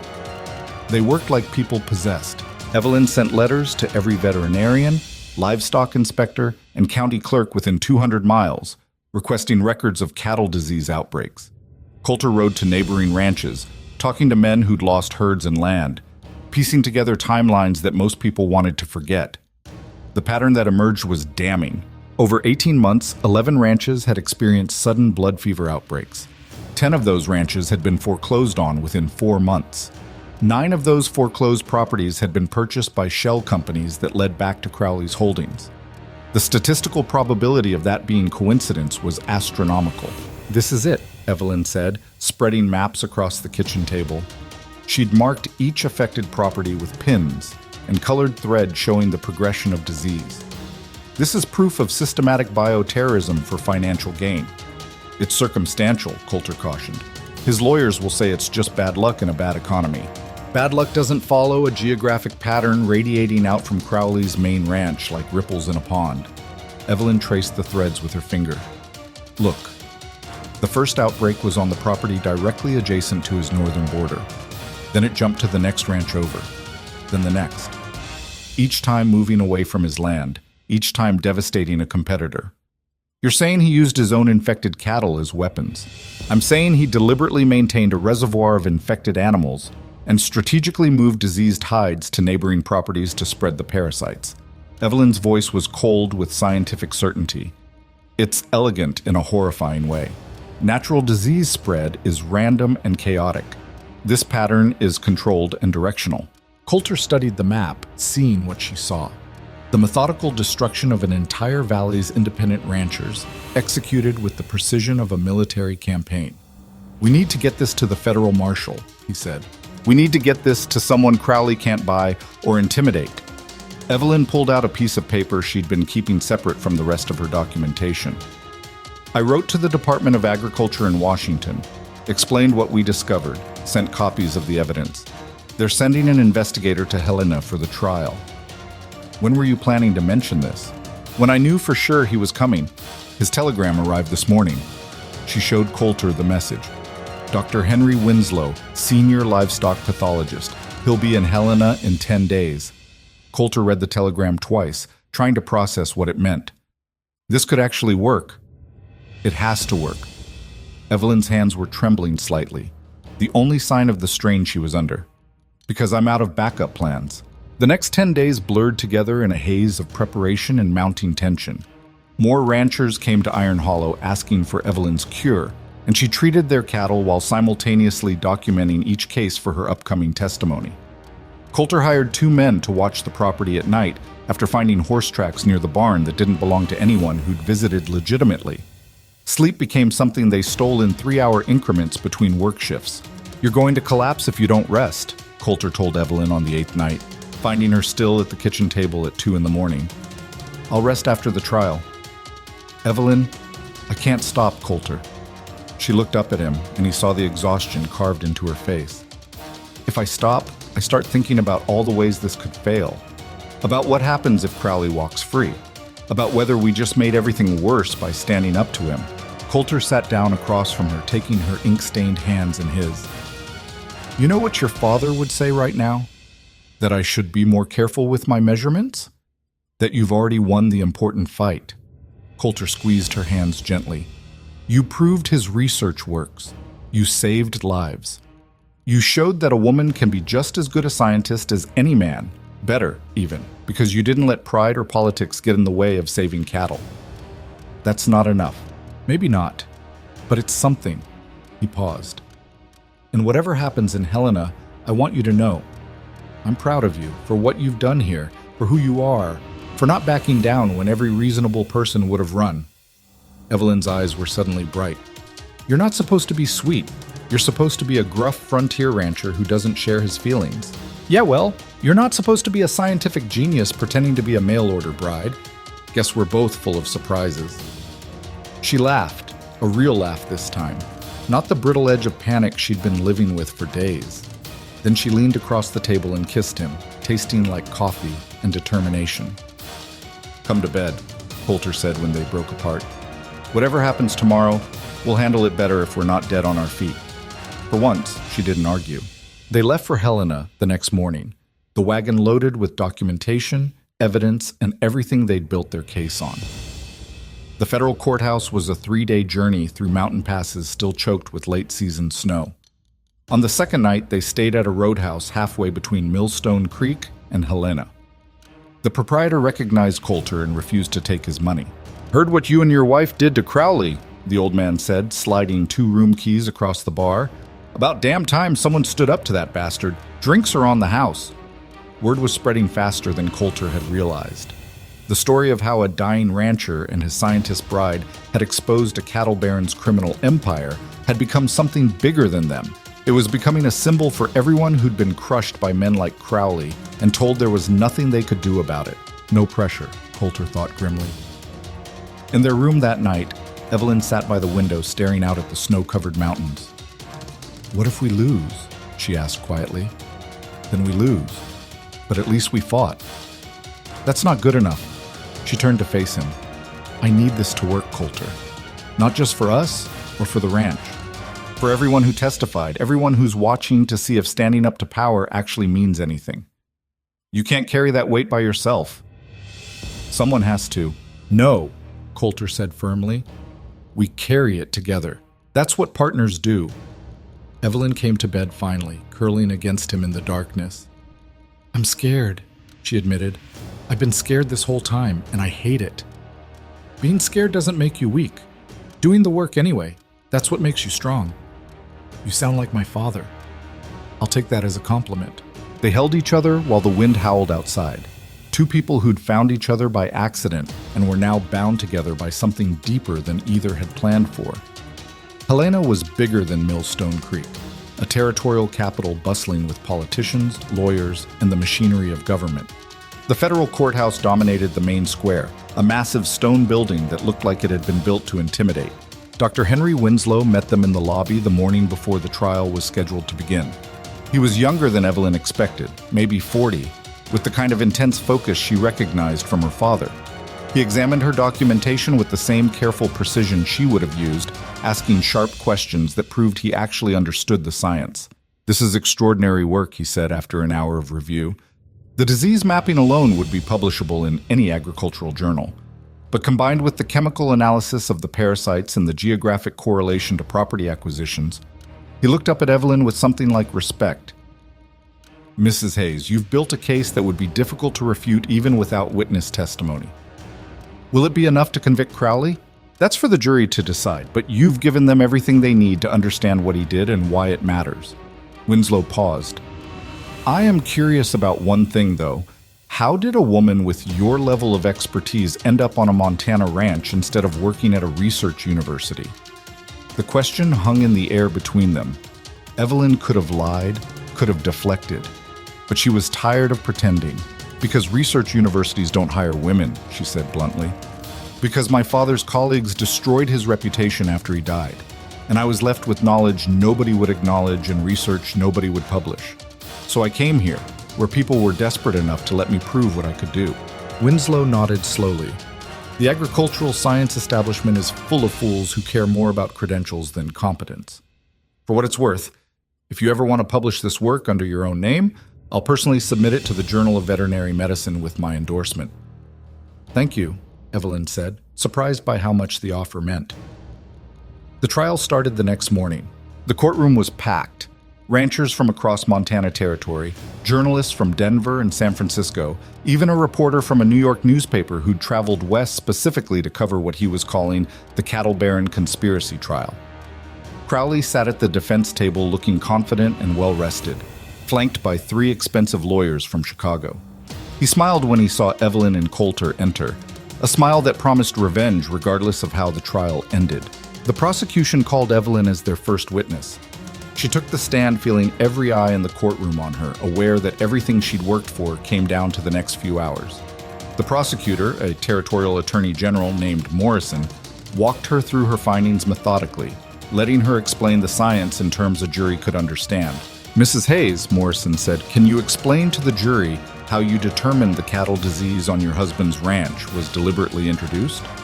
Evelyn took a breath and began. She explained parasitic ticks, how they spread disease, what conditions they needed to survive. She showed the jury photographs of the infected hides found at Iron Hollow, pointed out the placement near the water source, explained why natural disease spread wouldn't follow that pattern. Then she unrolled the map showing 18 months of outbreaks across Montana territory.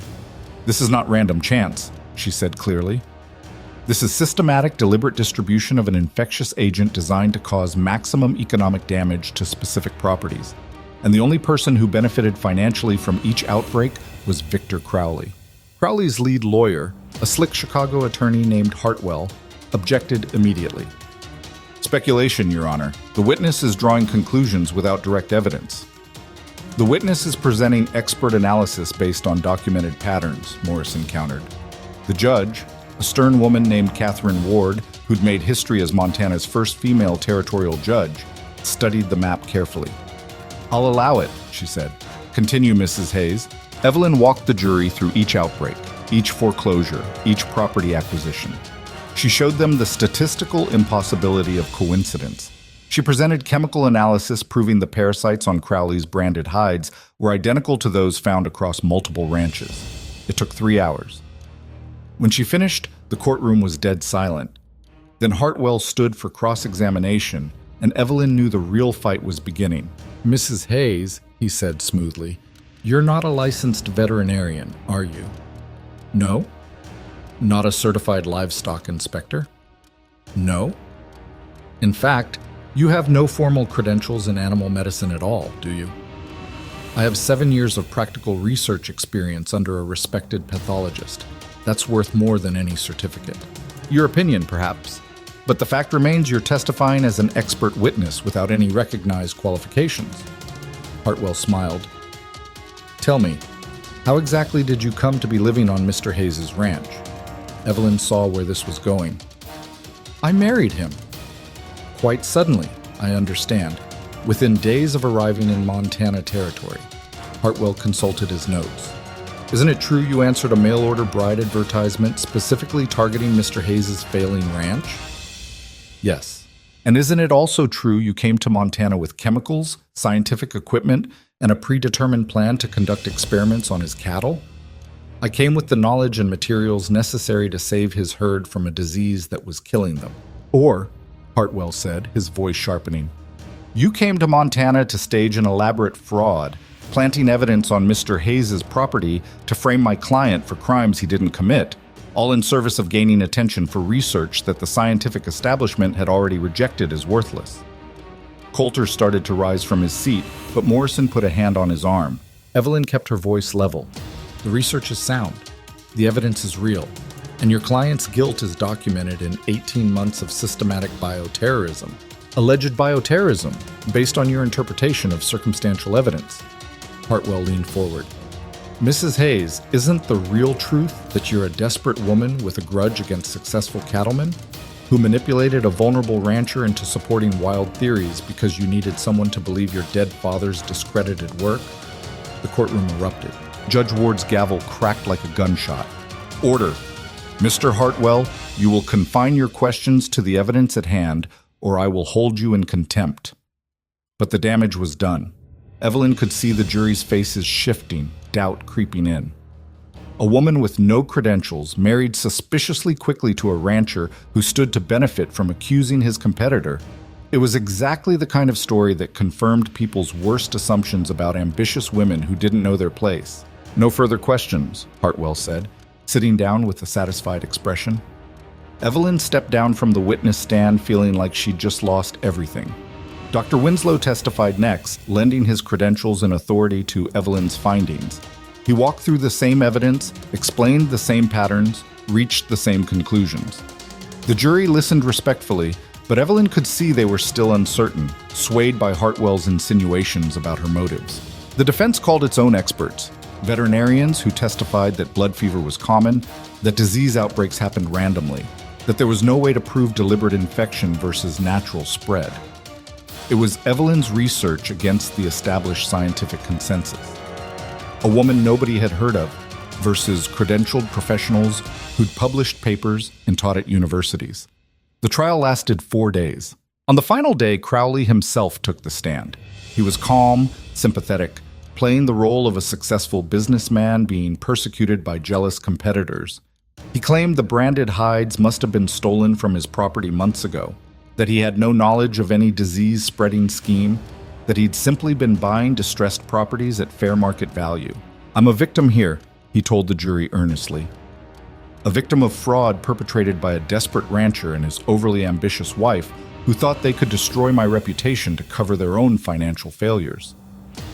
Watching him perform, Evelyn felt sick. He was good at this, better than she'd anticipated. The jury was listening to him the way people listen to authority, nodding along with his explanations. When the prosecution rested, Morrison looked exhausted and pessimistic. We did our best, he told Evelyn and Coulter in the hallway. But Hartwell's good, and he's planted enough reasonable doubt that I'm not confident about a conviction. What are our chances? Coulter asked. 50-50. Maybe worse. Morrison gathered his papers. Judge Ward is sympathetic, but she can't direct the jury to convict. It's in their hands now. The jury deliberated for 6 hours. Evelyn and Coulter sat on a bench outside the courtroom, not talking, just existing in the terrible limbo of waiting. Other spectators wandered past, some offering encouraging words, others looking at them with pity. Finally, the bailiff emerged. Juries reached a verdict. The courtroom filled quickly, everyone sensing this was a moment that would matter beyond just one trial. Evelyn took her seat next to Coulter. their hands clasped so tight her fingers were going numb. The jury filed in, their faces unreadable. Judge Ward addressed the foreman. "Has the jury reached a verdict?" "We have, Your Honor." "On the charge of bioterrorism and intentional disease distribution, how do you find the defendant?" The foreman looked directly at Crowley. "Guilty." The courtroom exploded with sound, shouts, gasps, applause, outrage. Crowley's face went white, then red, his lawyers immediately objecting and demanding a mistrial. Judge Ward's gavel cracked repeatedly, fighting for order. Evelyn couldn't breathe. They'd won. Against all odds, against Crowley's money and lawyers and influence, they'd actually won. Coulter pulled her into his arms, and she buried her face against his shoulder, shaking with relief and exhaustion, and something that might have been tears if she let herself acknowledge them. "We did it," Coulter said into her hair. "You did it." Judge Ward sentenced Crowley to 8 years in federal prison and ordered him to pay restitution to every rancher whose property he deliberately infected. His lawyers filed appeals immediately, but the verdict stood. Montana's most powerful cattle baron had fallen, brought down by a mail-order bride with a chemistry set and the courage to fight back. The story made newspapers across the country. The New York Times ran it on the front page. "Woman Scientist Exposes Montana Cattle Conspiracy." Harper's Weekly published a full feature with illustrations of Evelyn working in her makeshift laboratory. Marriage proposals and job offers arrived by the dozen. Universities suddenly interested in her research now that it had proven valuable. Medical journals requesting articles. Even a publisher in Boston wanting to turn the story into a book. Evelyn burned most of them without reading past the first paragraph. "You're turning down Harvard?" Coulter asked, watching her feed another letter to the stove. "They didn't want me 6 months ago when I was desperate for a position. They want me now because I'm famous, and they think I'll bring them prestige." She tossed in another envelope. "They can all go to hell." "What about the journal publications? Those could help you rebuild your father's reputation." Evelyn paused at that, holding a letter from the American Veterinary Review. "Maybe. If I can publish his original research alongside mine, show that my work was built on his foundation. So do that. And then what? Spend the rest of my life in lecture halls teaching students who'll never have to prove themselves the way I did? Travel the academic circuit giving talks to men who'll smile to my face and dismiss me behind my back?" She looked at him. "That's not what I want anymore." "What do you want?" Evelyn moved to the kitchen window, staring out at Iron Hollow Ranch covered in early spring snow that was finally starting to melt. The cattle were healthy, grazing peacefully in pastures that had looked like graveyards 3 months ago. "I want this," she said quietly. "I want to keep treating sick animals and developing better cures. I want to publish papers that actually help ranchers instead of just impressing other scientists. I want to build something real instead of chasing credentials that don't mean anything." Coulter came up behind her, wrapping his arms around her waist. "You sure? That life's a lot harder than a university position." "I'm sure." She leaned back against him. "I didn't come to Montana to be comfortable. I came here to prove something, and I'm not done yet." "What about your father's legacy?" "My father's legacy is that he taught me how to think, how to question, how to keep pushing when everyone says you're wrong." Evelyn turned in his arms to face him. "The best way I can honor that is by living a life he'd be proud of, not by fighting for acceptance from people who never deserved his respect in the first place." Coulter smiled. "You know, you're probably the most stubborn woman in Montana territory." "Probably? I'm definitely the most stubborn woman in Montana territory." "Good." He kissed her. "I'd be bored otherwise." That night, ranchers from across the valley came to Iron Hollow for an impromptu celebration.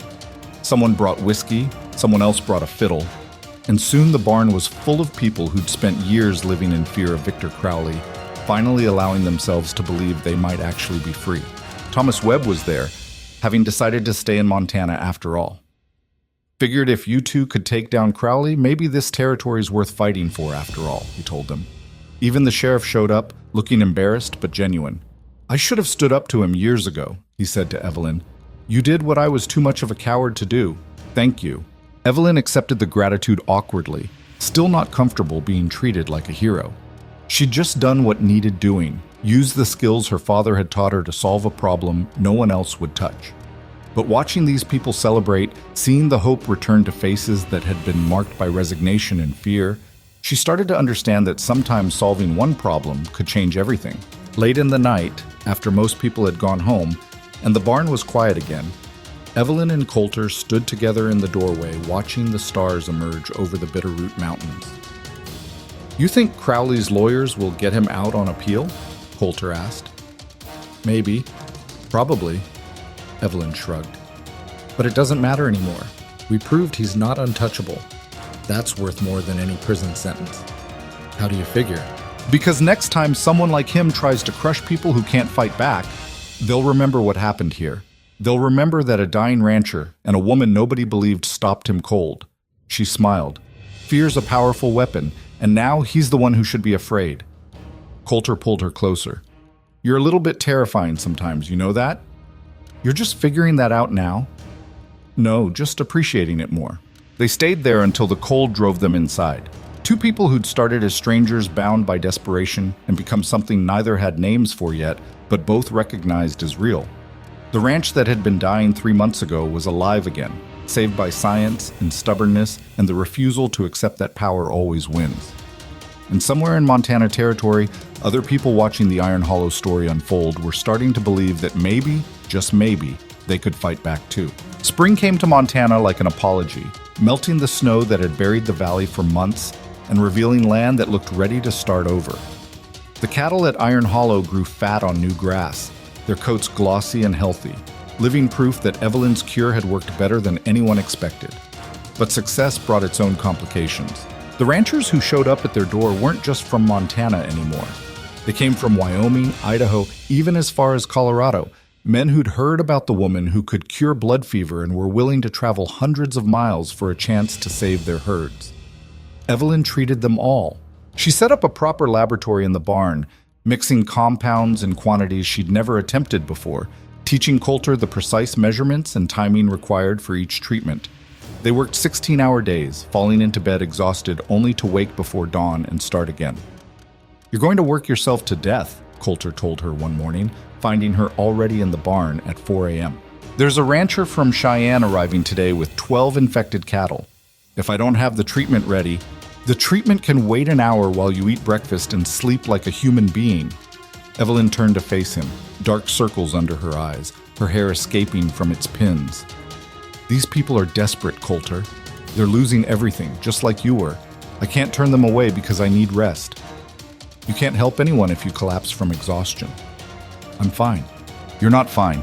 You haven't been fine since the trial ended." Coulter crossed the barn, taking the beaker from her hands before she could protest. "What's going on, Evelyn?" She tried to pull away, but he held her gently in place, waiting. "I keep thinking about all the ranchers we couldn't save," she said finally. "All the ones who lost their herds before we figured out what Crowley was doing. All the families ruined because I wasn't fast enough or smart enough to stop him sooner. That's not your fault, isn't it? I had the knowledge to cure this disease for years. If I'd been braver, if I'd fought harder to get my research published instead of running to Montana, you'd be dead or destroyed like your father," Coulter interrupted. "You can't blame yourself for surviving, Evelyn." "Then who do I blame?" "Crowley. The system that protected him. The people who valued money over lives."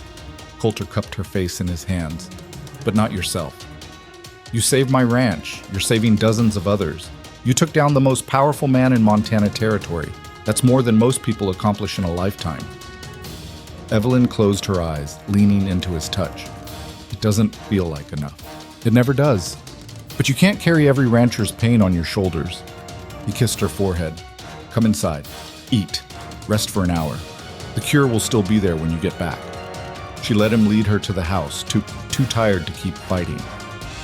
They ate in silence. Eggs and coffee that Coulter had learned to make strong enough to satisfy Evelyn's exacting standards. Outside, the sun was rising over the mountains, painting everything gold. "I got a letter from the territorial governor yesterday," Coulter said casually. Evelyn looked up. "About what?" "About you. He wants to commission you as the official livestock disease inspector for Montana Territory. Salary, authority to quarantine infected herds, budget for research." He paused. "It's a real position, legitimate, the kind of thing that could change everything. I don't want to work for the government. You haven't even heard the details." "I don't need to." Evelyn set down her coffee. Government positions come with rules and bureaucracy and people telling you what you can and can't research. I'd end up spending more time writing reports than actually helping ranchers. Or you'd have resources to do this work properly instead of mixing compounds in a barn at 4 in the morning. Evelyn was quiet, considering. What do you think I should do? I think you should do whatever lets you sleep at night. Coulter reached across the table, taking her hand. But I also think you can't save every ranch by yourself. Maybe it's time to teach other people how to do what you do. That idea stuck with Evelyn as the weeks passed and more ranchers arrived seeking treatment. She started keeping detailed notes on each case, documenting which compounds worked best for different stages of infection, which application methods were most effective, what warning signs to watch for. By early summer, she had enough material for a comprehensive treatment manual. You could publish this, Dr. Winslow said when he visited Iron Hollow to check on her progress. He'd become something of a mentor and advocate, helping her navigate the scientific establishment that had rejected her father's work. Every veterinary school in the country would use it as a textbook, and every cattle baron would use it to protect their own herds while still sabotaging their competitors, Evelyn countered. I've seen how these men operate. They don't want knowledge shared, they want advantages they can exploit. So make it free. Publish it as a public bulletin through the Department of Agriculture. No copyright, no fees, just information available to anyone who needs it. Evelyn considered that. The universities would hate it. They'd say I'm undermining their authority, giving away knowledge that should be controlled by certified professionals. Let them hate it, Winslow smiled. The point isn't to make the universities happy. It's to make sure ranchers don't lose their livelihoods because knowledge was locked behind academic walls. She published the manual in August. The response was immediate and overwhelming. Newspapers printed excerpts. Agricultural journals that had rejected her father's work suddenly wanted to interview her about methodology. The Department of Agriculture ordered 10,000 copies distributed across the Western Territories, and the hate mail started arriving. The first letter came from a veterinary college in Boston, accusing her of practicing medicine without credentials and endangering public health. The second was from a ranchers association in Texas, claiming her treatments were unproven and dangerous. The third was from a lawyer representing the American Cattlemen's Union, threatening legal action if she didn't cease distribution of her manual immediately. They're terrified of you, Coulter said, reading through the threatening correspondence. You've made their expensive treatments obsolete. They're angry that a woman figured out something they couldn't. Evelyn tossed another letter onto the pile. This is exactly what they did to my father. Discredit the research, attack the credentials, threaten lawsuits until people back down. What are you going to do? Ignore them. Evelyn's voice was ice. They can threaten all they want. The manual is already published. Ranchers are already using it successfully. They can't put that knowledge back in the bottle, no matter how much they wish they could. But the threats escalated. Someone filed a formal complaint with the Montana Territorial Medical Board, claiming Evelyn was practicing veterinary medicine without a license. The board, staffed by men whose donations came from the same cattlemen Evelyn had exposed, scheduled a hearing to investigate the matter. This is harassment, Coulter said when the summons arrived. They're trying to intimidate you into stopping. It's working. Evelyn sat at the kitchen table, staring at the official seal on the document. If they revoke my right to practice in Montana, everything we've built falls apart. Can they actually do that? They can do whatever they want. The law's on their side. I don't have a veterinary license because no school would admit me to study for one. Technically, every treatment I've performed has been illegal practice of medicine. Coulter felt cold rage settling into his chest. The same rage he'd felt watching Crowley threaten Evelyn, watching powerful men try to destroy someone who'd only ever tried to help people. Then we fight, he said. Same way we fought Crowley. We get evidence, we get witnesses. We show them they can't win. This is different. Crowley broke the law. I'm the one breaking it now, even if the law is wrong. The law that says women can't be doctors is wrong. The law that protects veterinarians who charge desperate ranchers a fortune while providing worthless treatments is wrong. We find a way to fight it anyway. Evelyn looked at him with something like wonder. You really believe that, don't you? That we can keep winning just by being stubborn enough? I believe we don't quit before we're actually beaten. Coulter pulled her to her feet. Now come on. We've got a hearing to prepare for. They spent 2 weeks building their defense. Evelyn compiled testimonials from every rancher she'd helped, documented success rates that put licensed veterinarians to shame, gathered evidence showing her treatments were safer and more effective than anything the medical establishment offered. Coulter reached out to the ranchers who testified against Crowley, asking if they'd stand with Evelyn again. Most agreed immediately. They owed her their livelihoods and weren't about to let bureaucrats destroy the woman who'd saved them. The hearing was scheduled for late September in Helena, in the same courthouse where they'd taken down Victor Crowley 6 months earlier. "Feels like we're always fighting in that building," Evelyn said as they prepared to leave Iron Hollow. "Maybe it's lucky for us. Or maybe Montana just really hates people who challenge the status quo." They arrived in Helena 2 days before the hearing to find the town buzzing with news. Crowley's appeals had finally run out. He was being transferred to federal prison to begin serving his 8-year sentence. But more importantly, his financial empire was collapsing. Properties were being seized to pay restitution, shell companies dissolved, business partners abandoning him to save themselves. The cattle baron who'd once controlled half of Montana territory was finished. "Wish we could celebrate properly," Coulter said, reading the newspaper in their hotel room. "But we've got our own battle to fight first." The hearing opened with the medical board laying out their case against Evelyn. She had no formal credentials. She had practiced veterinary medicine without a license. She had distributed treatment protocols without oversight from qualified professionals. Each point was technically accurate, even if the context made them absurd. The board's attorney, a thin man named Pritchard with a voice like a rusty hinge, questioned Evelyn with barely concealed disdain. "Mrs. Hayes, where did you receive your veterinary training?" "I didn't attend veterinary school. I learned through 7 years of practical research with my father." "Your father who was discredited for fraudulent research?" "My father who was destroyed by men who couldn't accept that his work challenged their profits." Evelyn kept her voice level. The research was sound, the science was real, the only fraud was claiming otherwise. "That's your opinion." The medical establishment disagreed. "The medical establishment was wrong." Pritchard's smile was thin and cold. "How convenient that you can simply dismiss expert consensus when it contradicts your claims." "Expert consensus once said bloodletting cured disease and women's brains were too small for scientific thought," Evelyn shot back. "Consensus isn't the same as truth," the gallery murmured. Judge Ward, presiding over this hearing as she had over Crowley's trial, watched with interest. Pritchard continued pressing, trying to paint Evelyn as a dangerous amateur playing at medicine.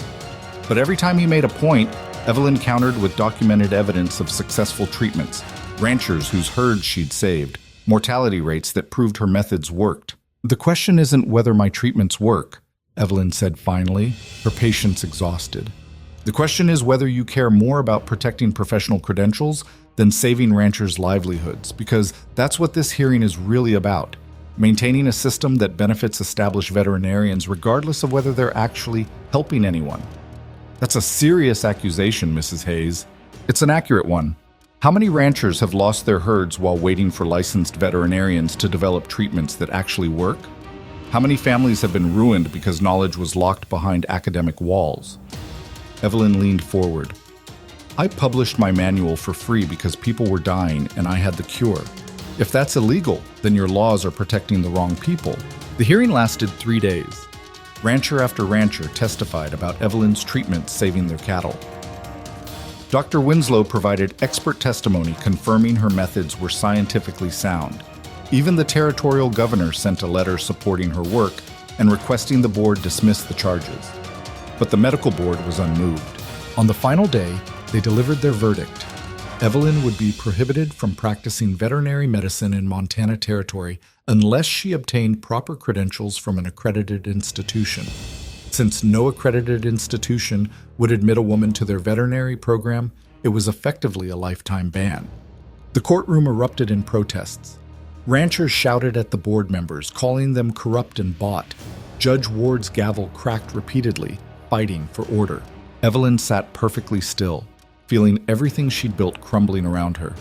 Coulter's hand found hers under the table, squeezing tight. "We appeal," he said quietly. "Take this to federal court. Argue it's discriminatory." "No." Evelyn's voice was hollow. "They won, Coulter. They found a legal way to stop me, and fighting it will take years we don't have. By the time any appeal gets heard, dozens more ranchers will have lost their herds. So what do we do? Evelyn stood, straightening her shoulders despite feeling like she'd been gutted. We find another way. They left Helena that afternoon, the verdict hanging over them like a death sentence. The ride back to Iron Hollow was silent, both of them too wrapped up in their own thoughts to make conversation.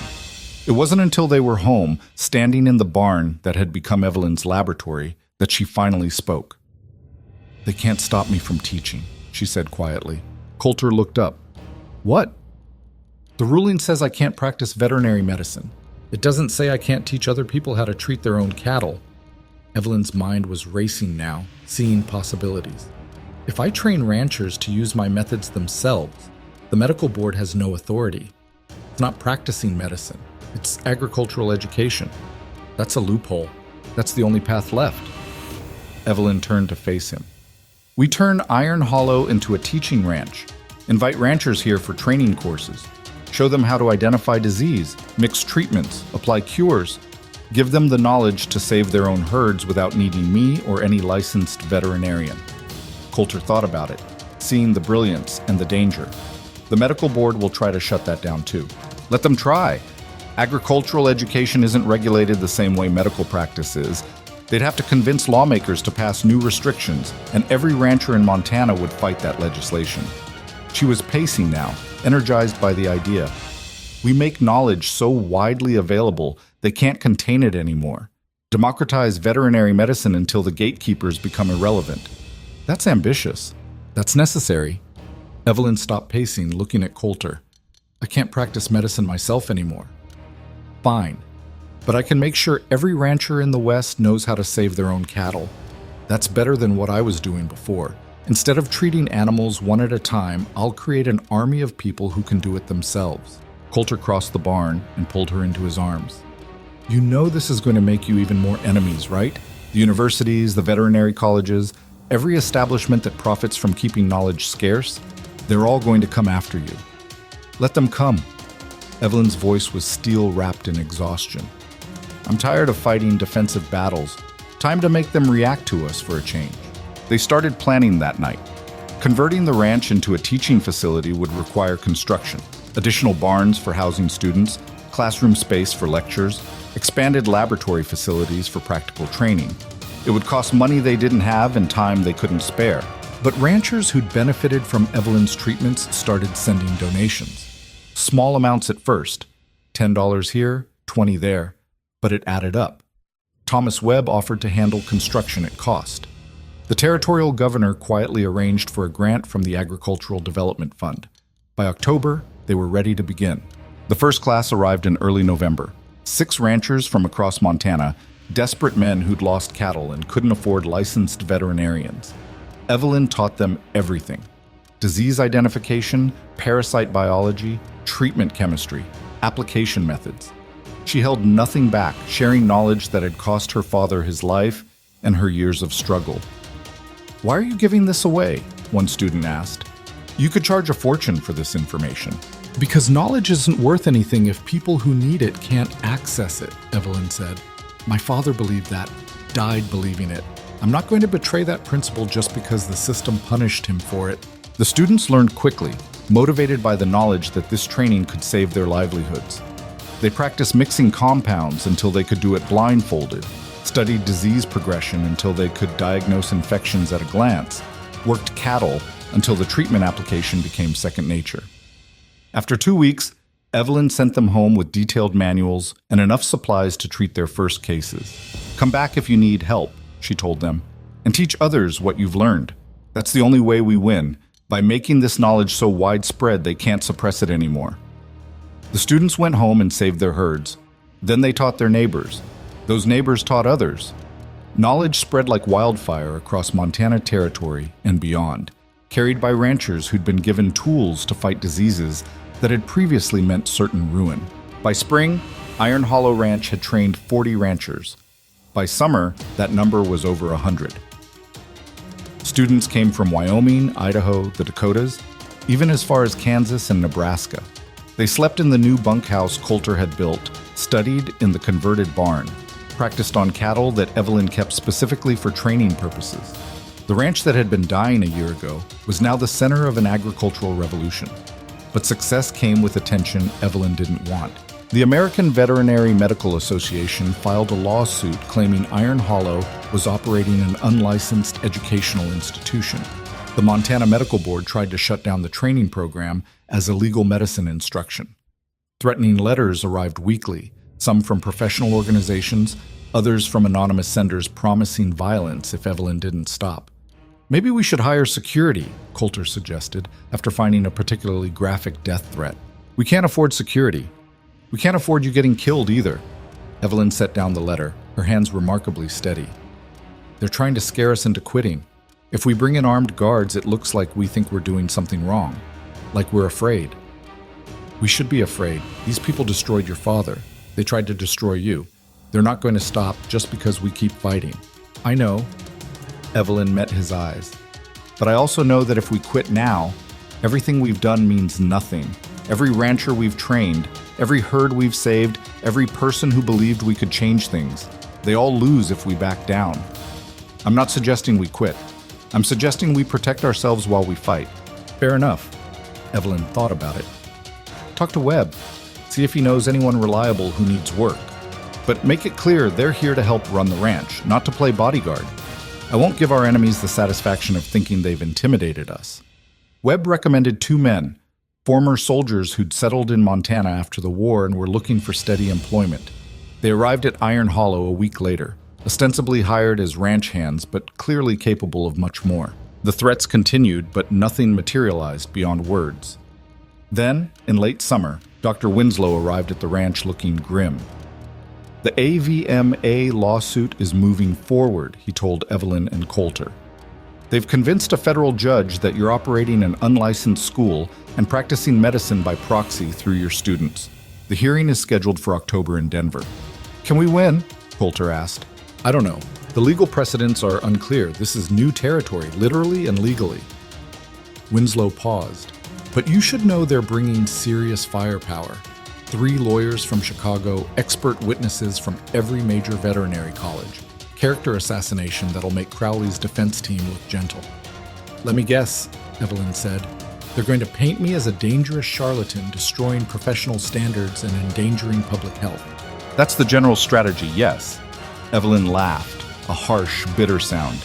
They're really committed to this narrative, aren't they? Woman tries to help people, therefore woman must be destroyed. It's not about you being a woman, Winslow said carefully. It's about you threatening a system that's built on scarcity and credentialism. You've proven that veterinary knowledge doesn't require years of expensive university training to be effective. That's terrifying to people whose authority comes from those credentials. So what do we do? Coulter asked. We fight. We show that your training program works, that students are successfully treating diseases that licensed veterinarians couldn't cure, that democratizing knowledge helps ranchers instead of harming them. Winslow pulled out a folder. I've been documenting outcomes from your graduates, success rates, cost comparisons, testimonials. We build a case that the traditional system is failing ranchers and your alternative is saving them. They prepared through September, gathering evidence and witness testimony. Evelyn refined her teaching methods, documented every successful treatment performed by her students, compiled data showing that ranchers trained at Iron Hollow had better outcomes than those relying on licensed veterinarians. The numbers were undeniable. Her methods worked. Her students succeeded. The knowledge she was sharing saved livelihoods and lives. But Evelyn had learned by now that being right wasn't enough. 2 weeks before they were scheduled to leave for Denver, a writer arrived at Iron Hollow after dark. He was young, couldn't have been more than 20, and he was bleeding from a gash across his forehead. You Mrs. Hayes? He gasped, sliding off his horse. I am. What happened to you? Men from the AVMA. They came to my ranch, said I was practicing illegal medicine using your treatments. When I told them to leave, He swayed, and Coulter caught him before he fell. They killed my cattle, all of them. Said it was a quarantine measure because I couldn't prove I was treating them safely. Evelyn felt ice water flooding her veins. How many cattle? 38 head, everything I owned. The young man's voice broke. They said if I testified for you in Denver, they'd make sure I never worked in livestock again. That every rancher who supported you would get the same treatment. She got him inside, cleaned and bandaged his head wound, gave him food and a place to sleep. Then she and Coulter sat in the kitchen staring at each other while rage and helplessness warred in both their minds. "They're not even pretending to follow the law anymore," Coulter said finally. "They're just destroying anyone who supports you. This is what they do, what they've always done." Evelyn's voice was dead. "My father tried to warn me. He said powerful institutions don't debate ideas, they destroy the people who threaten them. I thought if we were careful, if we built an airtight case, if we showed them we were right." She laughed bitterly. "I was naive. So we're back where we started. Fight and watch good people suffer, or quit and let the bastards win." Evelyn didn't answer. She was thinking about the young rancher sleeping in their spare room, about the 38 cattle killed to make a point, about all the other students from Iron Hollow who were probably receiving similar threats right now. She thought she was building something that could change the system. Instead, she just painted targets on everyone who believed in her. "I have to shut it down," she said quietly. "The training program, all of it, before more people get hurt." "Like hell you do." "Coulter." "No." He grabbed her shoulders, forcing her to look at him. "You don't get to quit because things got hard. That young man came here bleeding because he believed in what you taught him. You think he wants you to surrender? You think any of the ranchers you've trained want you to stop fighting? I think they want to keep their livelihoods and not get destroyed for supporting me." "Then give them something worth the risk." Coulter's voice was fierce. "You go to Denver, and you win that case, and you show every rancher in the West that standing up to these people actually means something. Or you quit and prove that power always wins and fighting back just makes things worse. Those aren't the only options." "Yeah, they are. I've been watching you fight this battle for a year now, and I've learned something about how this works. You can't compromise with people who want you destroyed. You can't meet them halfway when they're not willing to move an inch. You either win or you lose, and losing means everyone who trusted you goes down too." Evelyn stared at him, seeing the man who'd been ready to give up his ranch a year ago now telling her she couldn't quit. Seeing the desperate, isolated rancher transformed into someone who believed fighting was worth the cost. "When did you become the optimistic one?" she asked. "About the time you saved my ranch and my life and showed me what stubborn determination looks like." He pulled her into his arms. "We go to Denver. We fight this case. We win or we lose on our own terms, not theirs." Evelyn held on to him, drawing strength from his certainty even as doubt gnawed at her. "And if we lose, then we fought. That's more than most people can say." They left for Denver 3 days later, riding toward a legal battle that would either validate everything they'd built or destroy it completely. The young rancher came with them, determined to testify despite the threats. So did Thomas Webb and a dozen other graduates from Iron Hollow who refused to be intimidated. The case would be decided by people who'd never mixed a chemical compound or treated a dying animal, argued by lawyers who cared more about precedent than practical results. Everything Evelyn had built, the ranch, the training program, her father's legacy, hung in the balance. But as they rode through the early autumn landscape toward an uncertain future, Evelyn realized something had changed. She wasn't fighting alone anymore. She had Coulter, had students who believed in her methods, had evidence that her approach worked better than the established system.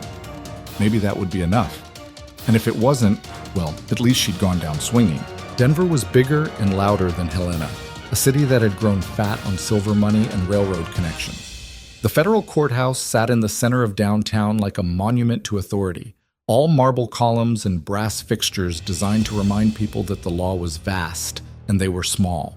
Evelyn stood on the courthouse steps the morning the trial began, watching well-dressed lawyers file past with leather briefcases and expressions of professional certainty.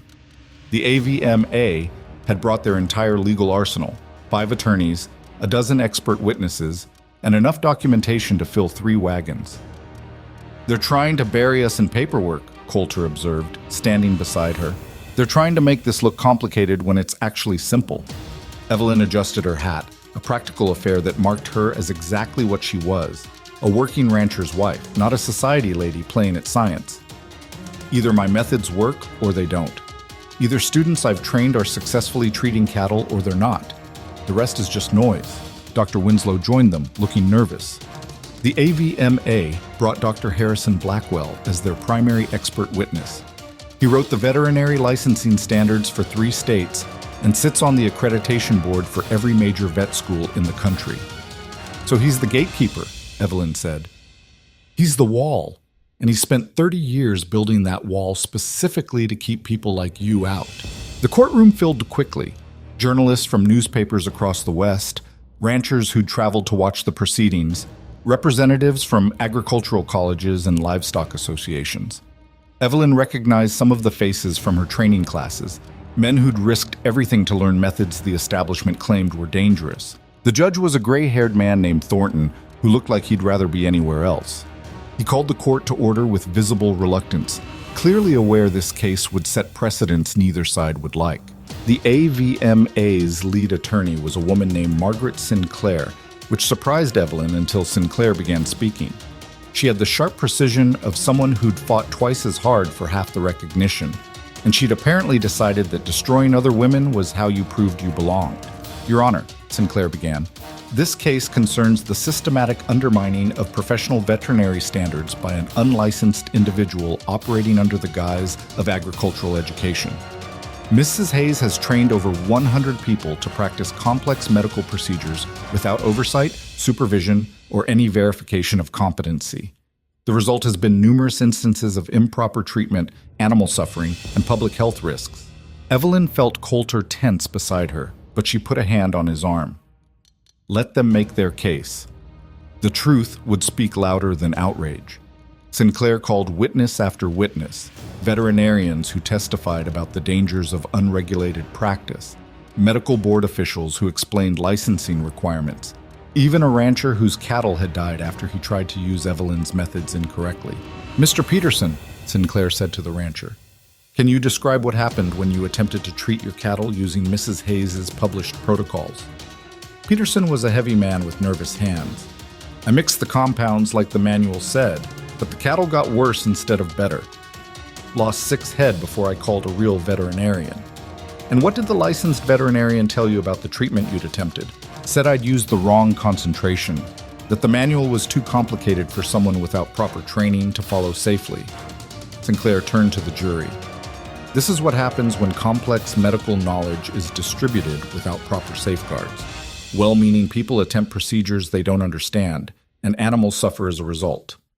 Evelyn's attorney, a Denver lawyer named Samuel Chen, who specialized in agricultural law, cross-examined carefully. Mr. Peterson, did you attend any training sessions at Iron Hollow Ranch? No, sir, just read the manual. And the manual specifically states in the introduction that hands-on training is recommended before attempting treatment, correct? Peterson shifted uncomfortably. It might have said something like that. It does say that, in bold text, on the first page. Chen held up a copy. So you ignored the explicit recommendation for training and attempted a complex procedure on your own, and now you're blaming Mrs. Hayes for your decision to disregard her instructions? Objection, Sinclair said. Argumentative. Sustained, Judge Thornton said, but the point had been made. The AVMA's expert witnesses were more difficult to counter. Dr. Blackwell took the stand with the confidence of a man who'd never been seriously challenged, and he systematically dismantled everything Evelyn had built. Veterinary medicine requires years of study, he explained to the jury. Anatomy, physiology, pharmacology, disease pathology.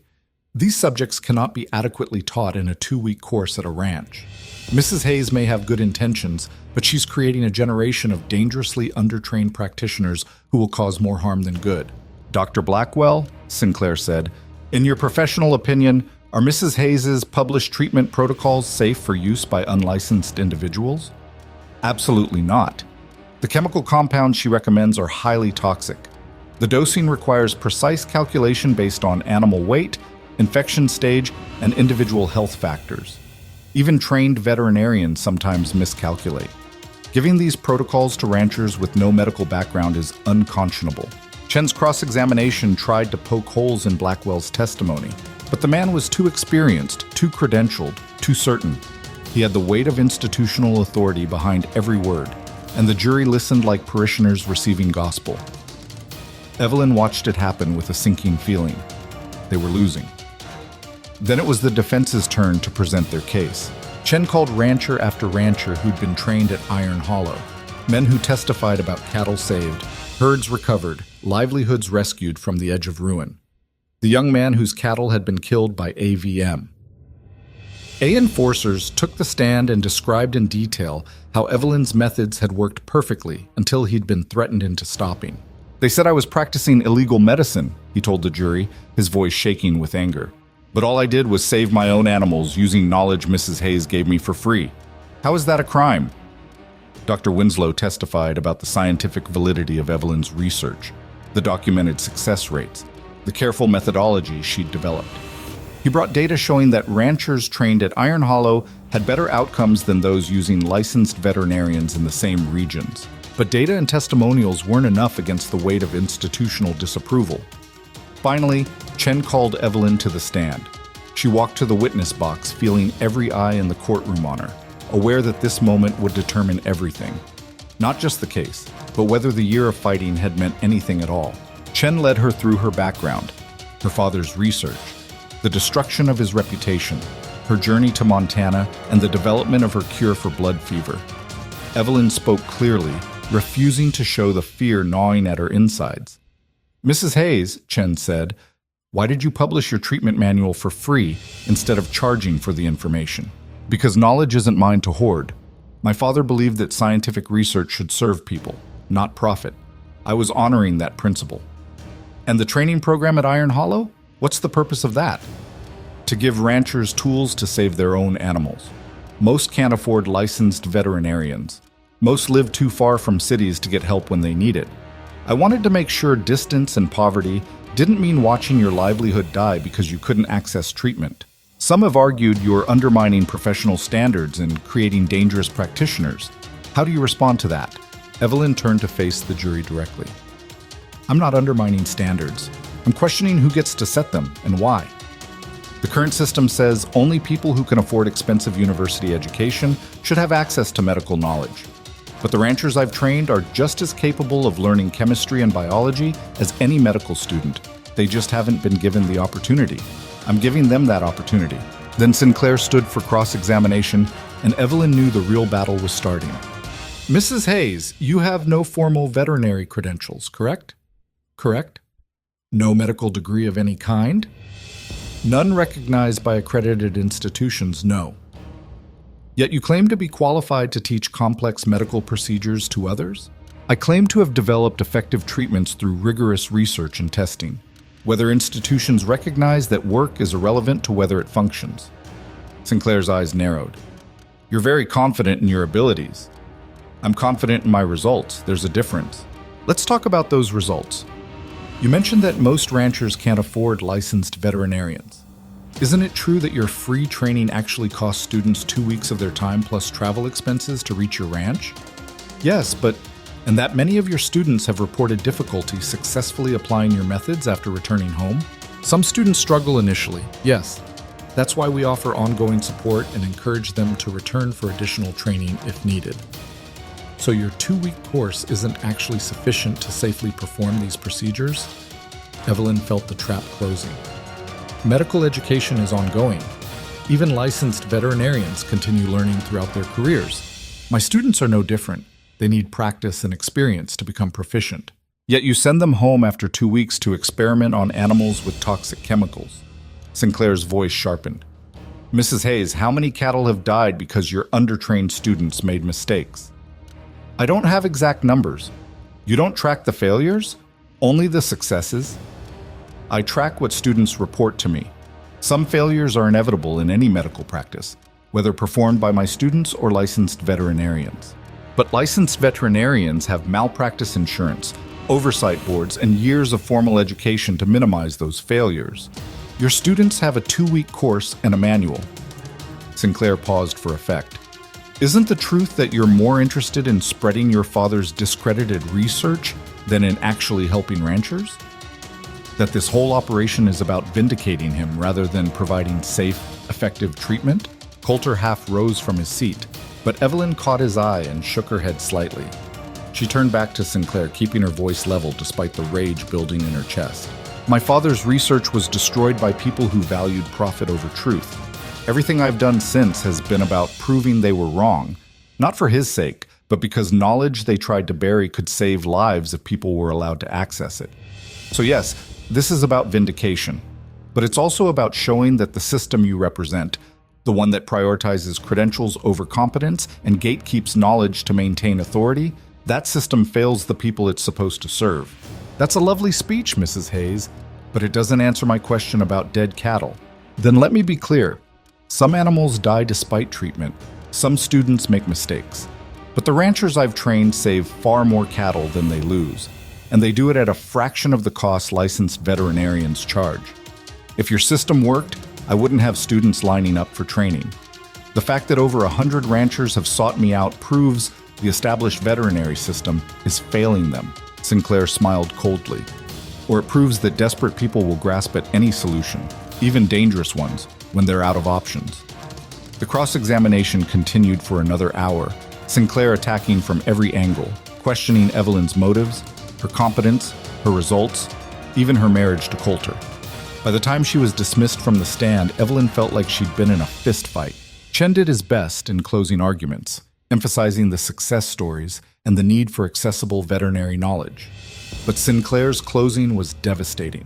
She painted Evelyn as a delusional woman playing doctor with other people's livelihoods, a dangerous amateur whose arrogance endangered public health. The jury deliberated for 2 days. Evelyn and Coulter spent that time in their hotel room, mostly silent, occasionally talking about what they'd do if they lost. Returned to Iron Hollow and shut down the training program. Maybe Evelyn could still publish research, work quietly on developing new treatments without teaching others. It felt like surrender, but they couldn't keep fighting forever. On the afternoon of the second day, word came that the jury had reached a verdict. The courtroom was packed again, the same faces watching with the same intensity. Evelyn took her seat next to Chen, trying to control her breathing, trying to prepare herself for whatever was coming. Judge Thornton addressed the jury foreman. Has the jury reached a verdict? We have, Your Honor.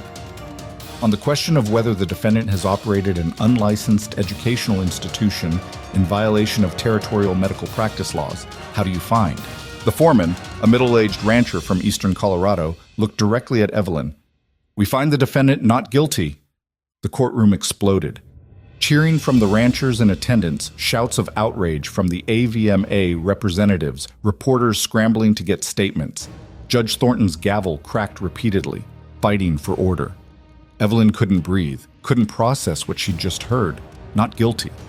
They'd won. Coulter pulled her into his arms, and she realized she was shaking.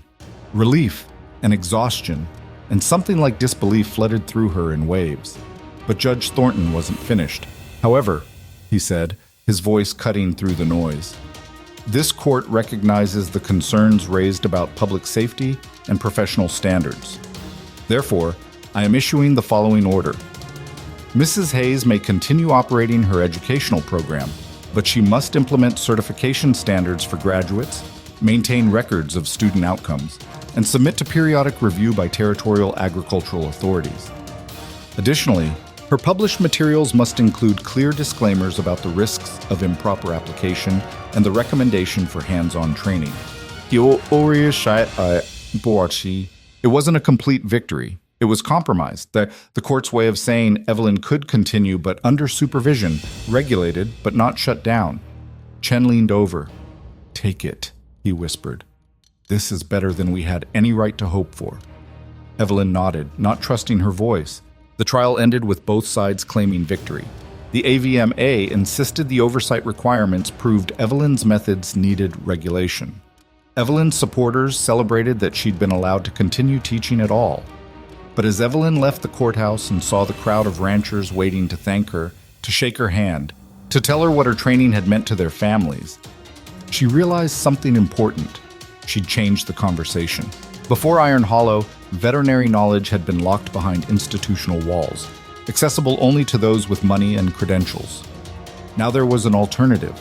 Imperfect, controversial, but functional. Ranchers had options they'd never had before, and no amount of oversight would put that knowledge back in the bottle. The ride back to Montana took a week. They traveled slowly, stopping at ranches along the way where Evelyn's former students wanted to show her their herds, healthy cattle, recovered from diseases that would have killed them a year ago. Each stop was a reminder that the work had been worth it. that fighting impossible odds sometimes yielded impossible results. "You changed their lives," Coulter said one evening as they camped under stars so bright they hurt to look at. "Not just the cattle, the people. You gave them back their dignity." "I just taught them chemistry and biology." "You taught them they didn't have to accept what powerful people told them was possible." Coulter wrapped his arm around her shoulders. "That's more dangerous than any chemical compound." Iron Hollow Ranch looked different when they returned in late October. Someone had painted the barn. The fences had been repaired. The main house had a new porch that Evelyn didn't remember authorizing. "Students did it," Thomas Webb explained, meeting them in the yard. "Word spread about the trial and folks wanted to show support. Must have been 40 people here over the past month, all volunteering labor and materials. The improvements were touching, but they also represented something larger. A community that had formed around the idea that knowledge should be accessible, that ordinary people could solve extraordinary problems if given the tools and training." Over the winter, Evelyn implemented the court-mandated changes. She developed a certification exam for students, created a tracking system for treatment outcomes, wrote detailed disclaimers for her published materials. The oversight was annoying but manageable, and it gave the program a legitimacy it hadn't had before. Applications for training increased. Ranchers from across the West wanted certification from Iron Hollow, and Evelyn found herself training 2 classes simultaneously, one for cattle diseases, another for sheep and horses. She hired 2 of her best former students as assistant instructors, teaching them how to teach others. Coulter expanded the ranch operation, buying adjacent property that had belonged to one of Crowley's shell companies before the restitution seizures. They ran cattle again, not just training animals, but a real herd, using Evelyn's prevention methods to keep the animals healthy. By spring, they were profitable for the first time in years. Dr. Winslow visited in April with news. "The Journal of Agricultural Science wants to publish your research on parasitic tick control. Full peer-reviewed article, your name as primary author, acknowledgement of your father's foundational work." Evelyn stared at the letter he'd brought. It was everything she'd thought she wanted: academic recognition, vindication, proof that her father's research had been legitimate all along. "What do I have to do?" she asked. "Write it up in proper academic format. Submit it for review. Probably defend it against critics who'll say the same things they said about your father." Winslow paused. "But this time, you'll have documented success from hundreds of treated animals and trained practitioners. You'll have institutional backing from the Department of Agriculture. They can't dismiss you the way they dismissed him." Evelyn thought about it for a long time. The recognition would matter to some people, to former colleagues who doubted her, to the medical establishment that had tried to destroy her, to the memory of her father who died believing his work was worthless. But it didn't matter to the ranchers who came to Iron Hollow for training. It didn't matter to the cattle she saved or the students she taught. The validation she'd been seeking for so long suddenly felt less important than the work she was already doing. "I'll write it," she told Winslow finally, "but not for them. For anyone who comes after me and needs proof that fighting institutional gatekeepers is possible." The article was published in September. It caused exactly the controversy Evelyn expected. Some scientists praising the methodology, others attacking her credentials, most ignoring it entirely because acknowledging her success meant confronting their own failures. Evelyn stopped reading the responses after the first few. She had classes to teach, cattle to treat, students who needed her attention more than academic critics did. One evening in late autumn, almost 2 years after she'd first arrived at Iron Hollow Ranch, Evelyn stood on the porch watching the sun set over the Bitterroot Mountains. The valley that had seemed so hostile and dying when she'd first seen it now looked almost peaceful. Ranches thriving, cattle healthy, people who'd been crushed by Victor Crowley's empire slowly rebuilding their lives. Coulter joined her, handing her a cup of coffee. "Thinking about your father?" he asked. Thinking about what he'd make of all this. The training program, the students, the fact that his research is finally being used the way he intended. She sipped the coffee.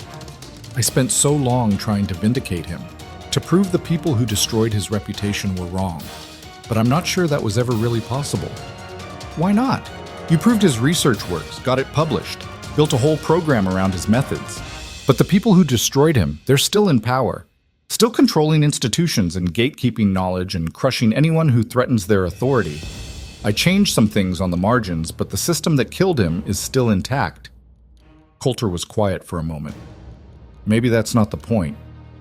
What do you mean? I mean, maybe you can't beat the system entirely. It's too big, too entrenched, got too many people invested in keeping things the way they are. He gestured at the valley. But you can create alternatives. Show people there's another way. Give them options they didn't have before. That doesn't feel like enough, doesn't it? Coulter turned her to face him. 2 years ago, I was dying alone on a ranch everyone thought was cursed, waiting for men like Crowley to take everything I had. Now I'm married to the most brilliant, stubborn woman in Montana, running a teaching operation that's changing how people think about veterinary medicine and actually making a living doing it. You're telling me that's not enough? Evelyn smiled despite herself. When you put it that way, your father's legacy isn't whether some medical journal acknowledges his work. It's this. Coulter gestured at the ranch, the barn converted into classrooms, the bunkhouse full of students. It's knowledge being used instead of locked away. It's people who are powerless getting tools to fight back. That's what he would have wanted, not recognition from people whose opinions he didn't respect anyway. Evelyn leaned against him, watching darkness settle over the valley. How did you get so wise? I married a woman who taught me that losing is only permanent if you stop fighting. Everything else I learned from you. They stood there as stars appeared overhead, two people who'd found each other by accident and built something neither had planned for. The ranch would never be perfect. The fight against institutional gatekeeping would never be fully won. There would always be another Victor Crowley, another medical board, another lawsuit trying to shut them down. But they'd proven something important, that ordinary people with knowledge and determination could challenge systems designed to keep them powerless. That credentials weren't the same as competence, that the establishment's authority came from controlling information, and once that information was free, their power diminished. Over the next year, Iron Hollow continued growing. Evelyn trained over 300 students. Her published research was cited in agricultural journals and veterinary textbooks, usually with disclaimers about unconventional methods, but acknowledged nonetheless. The Montana territorial government officially recognized her certification program, making graduates eligible for agricultural employment that had previously required veterinary licenses. Other women started showing up, daughters of ranchers, widows who'd inherited farms, even a few who'd been rejected from medical schools and were looking for alternative paths to scientific work. Evelyn taught them all, remembering what it felt like to have knowledge but no legitimate way to use it. Some of those women went on to establish their own training programs in other territories, spreading the model Iron Hollow had developed. The AVMA tried to shut them down individually, but there were too many now, too dispersed, too supported by local communities who'd seen the results. The gatekeepers were losing control of the gate. In the spring of their third year at Iron Hollow, Evelyn discovered she was pregnant. The news hit her like a physical blow, not unwelcome, but terrifying in ways she hadn't anticipated. She'd spent so long focused on work and fighting and building something lasting that she hadn't thought about what it would mean to bring a child into this life she'd created. What if I'm terrible at it? She asked Coulter that night. I don't know how to be a mother. My own mother died when I was young.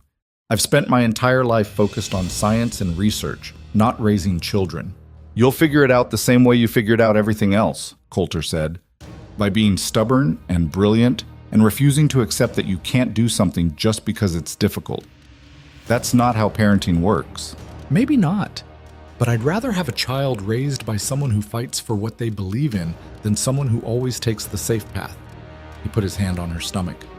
This kid's gonna grow up watching you teach people that knowledge is power, watching you challenge systems that tell women they can't be scientists. That's a better education than any school could provide. The baby was born in January during a blizzard that shut down the valley for 3 days. Evelyn labored for 12 hours in the ranch house while Coulter held her hand, and Thomas Webb's wife, a midwife who'd moved to Montana the previous summer, provided guidance that kept both mother and child alive. They named her Rachel, after Evelyn's mother. Holding her daughter for the first time, Evelyn thought about all the fighting she'd done, all the institutions she'd challenged, all the powerful people who'd tried to stop her. And she realized that the most revolutionary thing she could do now was raise a child who understood that the world's limitations were often just other people's fears pretending to be facts. Rachel grew up in this barn-turned classroom, sleeping in a basket while Evelyn taught chemistry to ranchers, learning her letters from veterinary manuals, understanding from her earliest memories that knowledge was something to be shared rather than hoarded. By the time she was 5, she could identify parasitic infections by sight and recite chemical formulas that most adults couldn't understand. Evelyn and Coulter had 2 more children over the next 6 years, a son named Jonathan after Evelyn's father, and another daughter they called Margaret, who had her mother's sharp mind and her father's quiet determination. The ranch expanded to accommodate the growing family and the growing training program. Students came from as far as California and Texas, some staying for weeks to complete advanced courses Evelyn had developed. The original 2-week program had evolved into a comprehensive curriculum covering everything from basic animal husbandry to complex surgical procedures. Some of Evelyn's students went on to establish veterinary practices of their own, using methods they'd learned at Iron Hollow to provide affordable care in rural communities that had never had access to professional treatment before. Others became agricultural inspectors, using their training to identify disease outbreaks early and prevent the kind of catastrophic losses that had nearly destroyed Coulter's ranch. The knowledge that had once been locked behind institutional walls was now widespread, accessible, and constantly evolving as practitioners shared improvements and innovations. Victor Crowley died in federal prison in his 6th year of incarceration, his empire dissolved, his name synonymous with corruption. His death barely made the newspapers. The man who'd once controlled half of Montana territory had been so thoroughly erased that most people under 30 had never heard of him. Meanwhile, Evelyn's training manual was in its 8th edition, with translations being prepared for Spanish-speaking ranchers in the Southwest. The woman who'd arrived in Montana as a desperate mail-order bride with secrets and a dying rancher's address had become one of the most influential figures in Western agricultural development. But when journalists came to interview her about her accomplishments, Evelyn always deflected attention back to the work.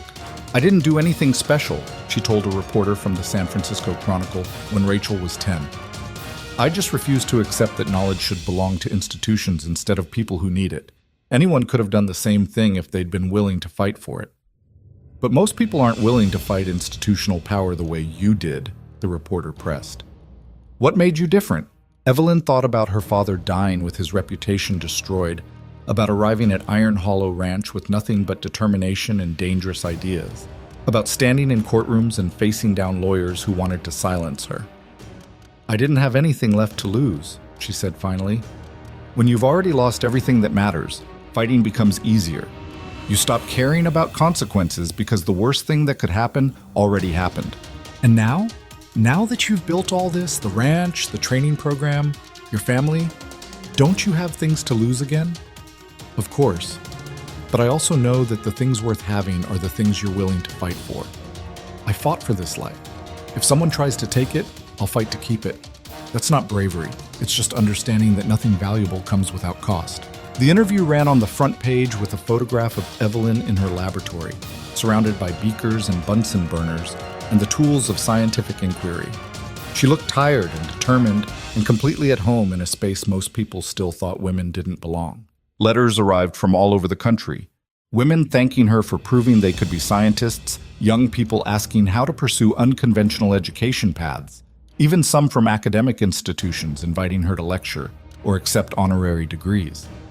Evelyn declined most of them. She had students to teach, children to raise, research to conduct. The recognition was nice, but it wasn't why she did the work. On her 40th birthday, Coulter surprised her with a party. Every student she'd ever trained who could make the journey came to Iron Hollow. Over 200 people crowding into the barn and spilling out into the yard, sharing stories about cattle saved and livelihoods rescued and lives changed by knowledge Evelyn had given them freely. Thomas Webb gave a toast. "To the woman who taught us that the only thing more dangerous than ignorance is people who profit from keeping others ignorant. And to the stubborn bastard who married her and showed us what partnership looks like when both people are too ornery to quit." Everyone laughed and drank, and Evelyn felt something she hadn't let herself feel in a long time. Pride. Not in defeating enemies or winning battles, but in building something that would outlast her, in creating a model other people could replicate, in proving that alternatives to established systems were possible if someone was brave enough or desperate enough to create them. Late that night, after the guests had departed and the children were asleep, Evelyn and Coulter sat on the porch watching stars wheel overhead. "You think you did enough?" Coulter asked. Vindicated your father, changed the system, all the things you came here to do? Evelyn considered this question. I don't think the system changes. Not really. There will always be gatekeepers trying to control knowledge, institutions protecting their authority, powerful people crushing anyone who threatens them. So nothing changed? I didn't say that, Evelyn smiled. I said the system doesn't change, but people do. And when enough people change, when enough of them realize they don't have to accept the limitations others impose on them, the system starts to matter less. You can't destroy it, but you can make it irrelevant by building better alternatives. That's a long way from the angry woman who showed up here planning to use my dying ranch to prove a point. That woman was terrified and desperate, and so focused on revenge she couldn't see past it. Evelyn leaned against him. I'm still angry, still fighting, but now I understand that the fight isn't about destroying enemies, it's about building things they can't touch, creating knowledge they can't lock away, teaching people they can't silence. And you're happy with that? I'm satisfied with it, which is probably better than happiness anyway. They sat in comfortable silence, two people who'd built a life from desperation and stubbornness, and the refusal to accept that powerful people always won. The ranch stretched out around them, barn lights glowing, cattle sleeping peacefully in their pastures. Students' names carved into the bunkhouse wall, marking everyone who'd passed through and carried Evelyn's teachings out into the world. Iron Hollow Ranch had been dying when Evelyn first saw it, cursed by bad luck and powerful enemies, and a valley that had given up hope. Now it was the center of a quiet revolution in agricultural education, proof that alternatives to established systems could flourish if someone was willing to fight hard enough to create space for them. And the woman who'd arrived as a fraud and a liar had become exactly what she'd been pretending to be: a scientist, a teacher, a person who'd changed the world not by defeating it, but by refusing to let it define what was possible.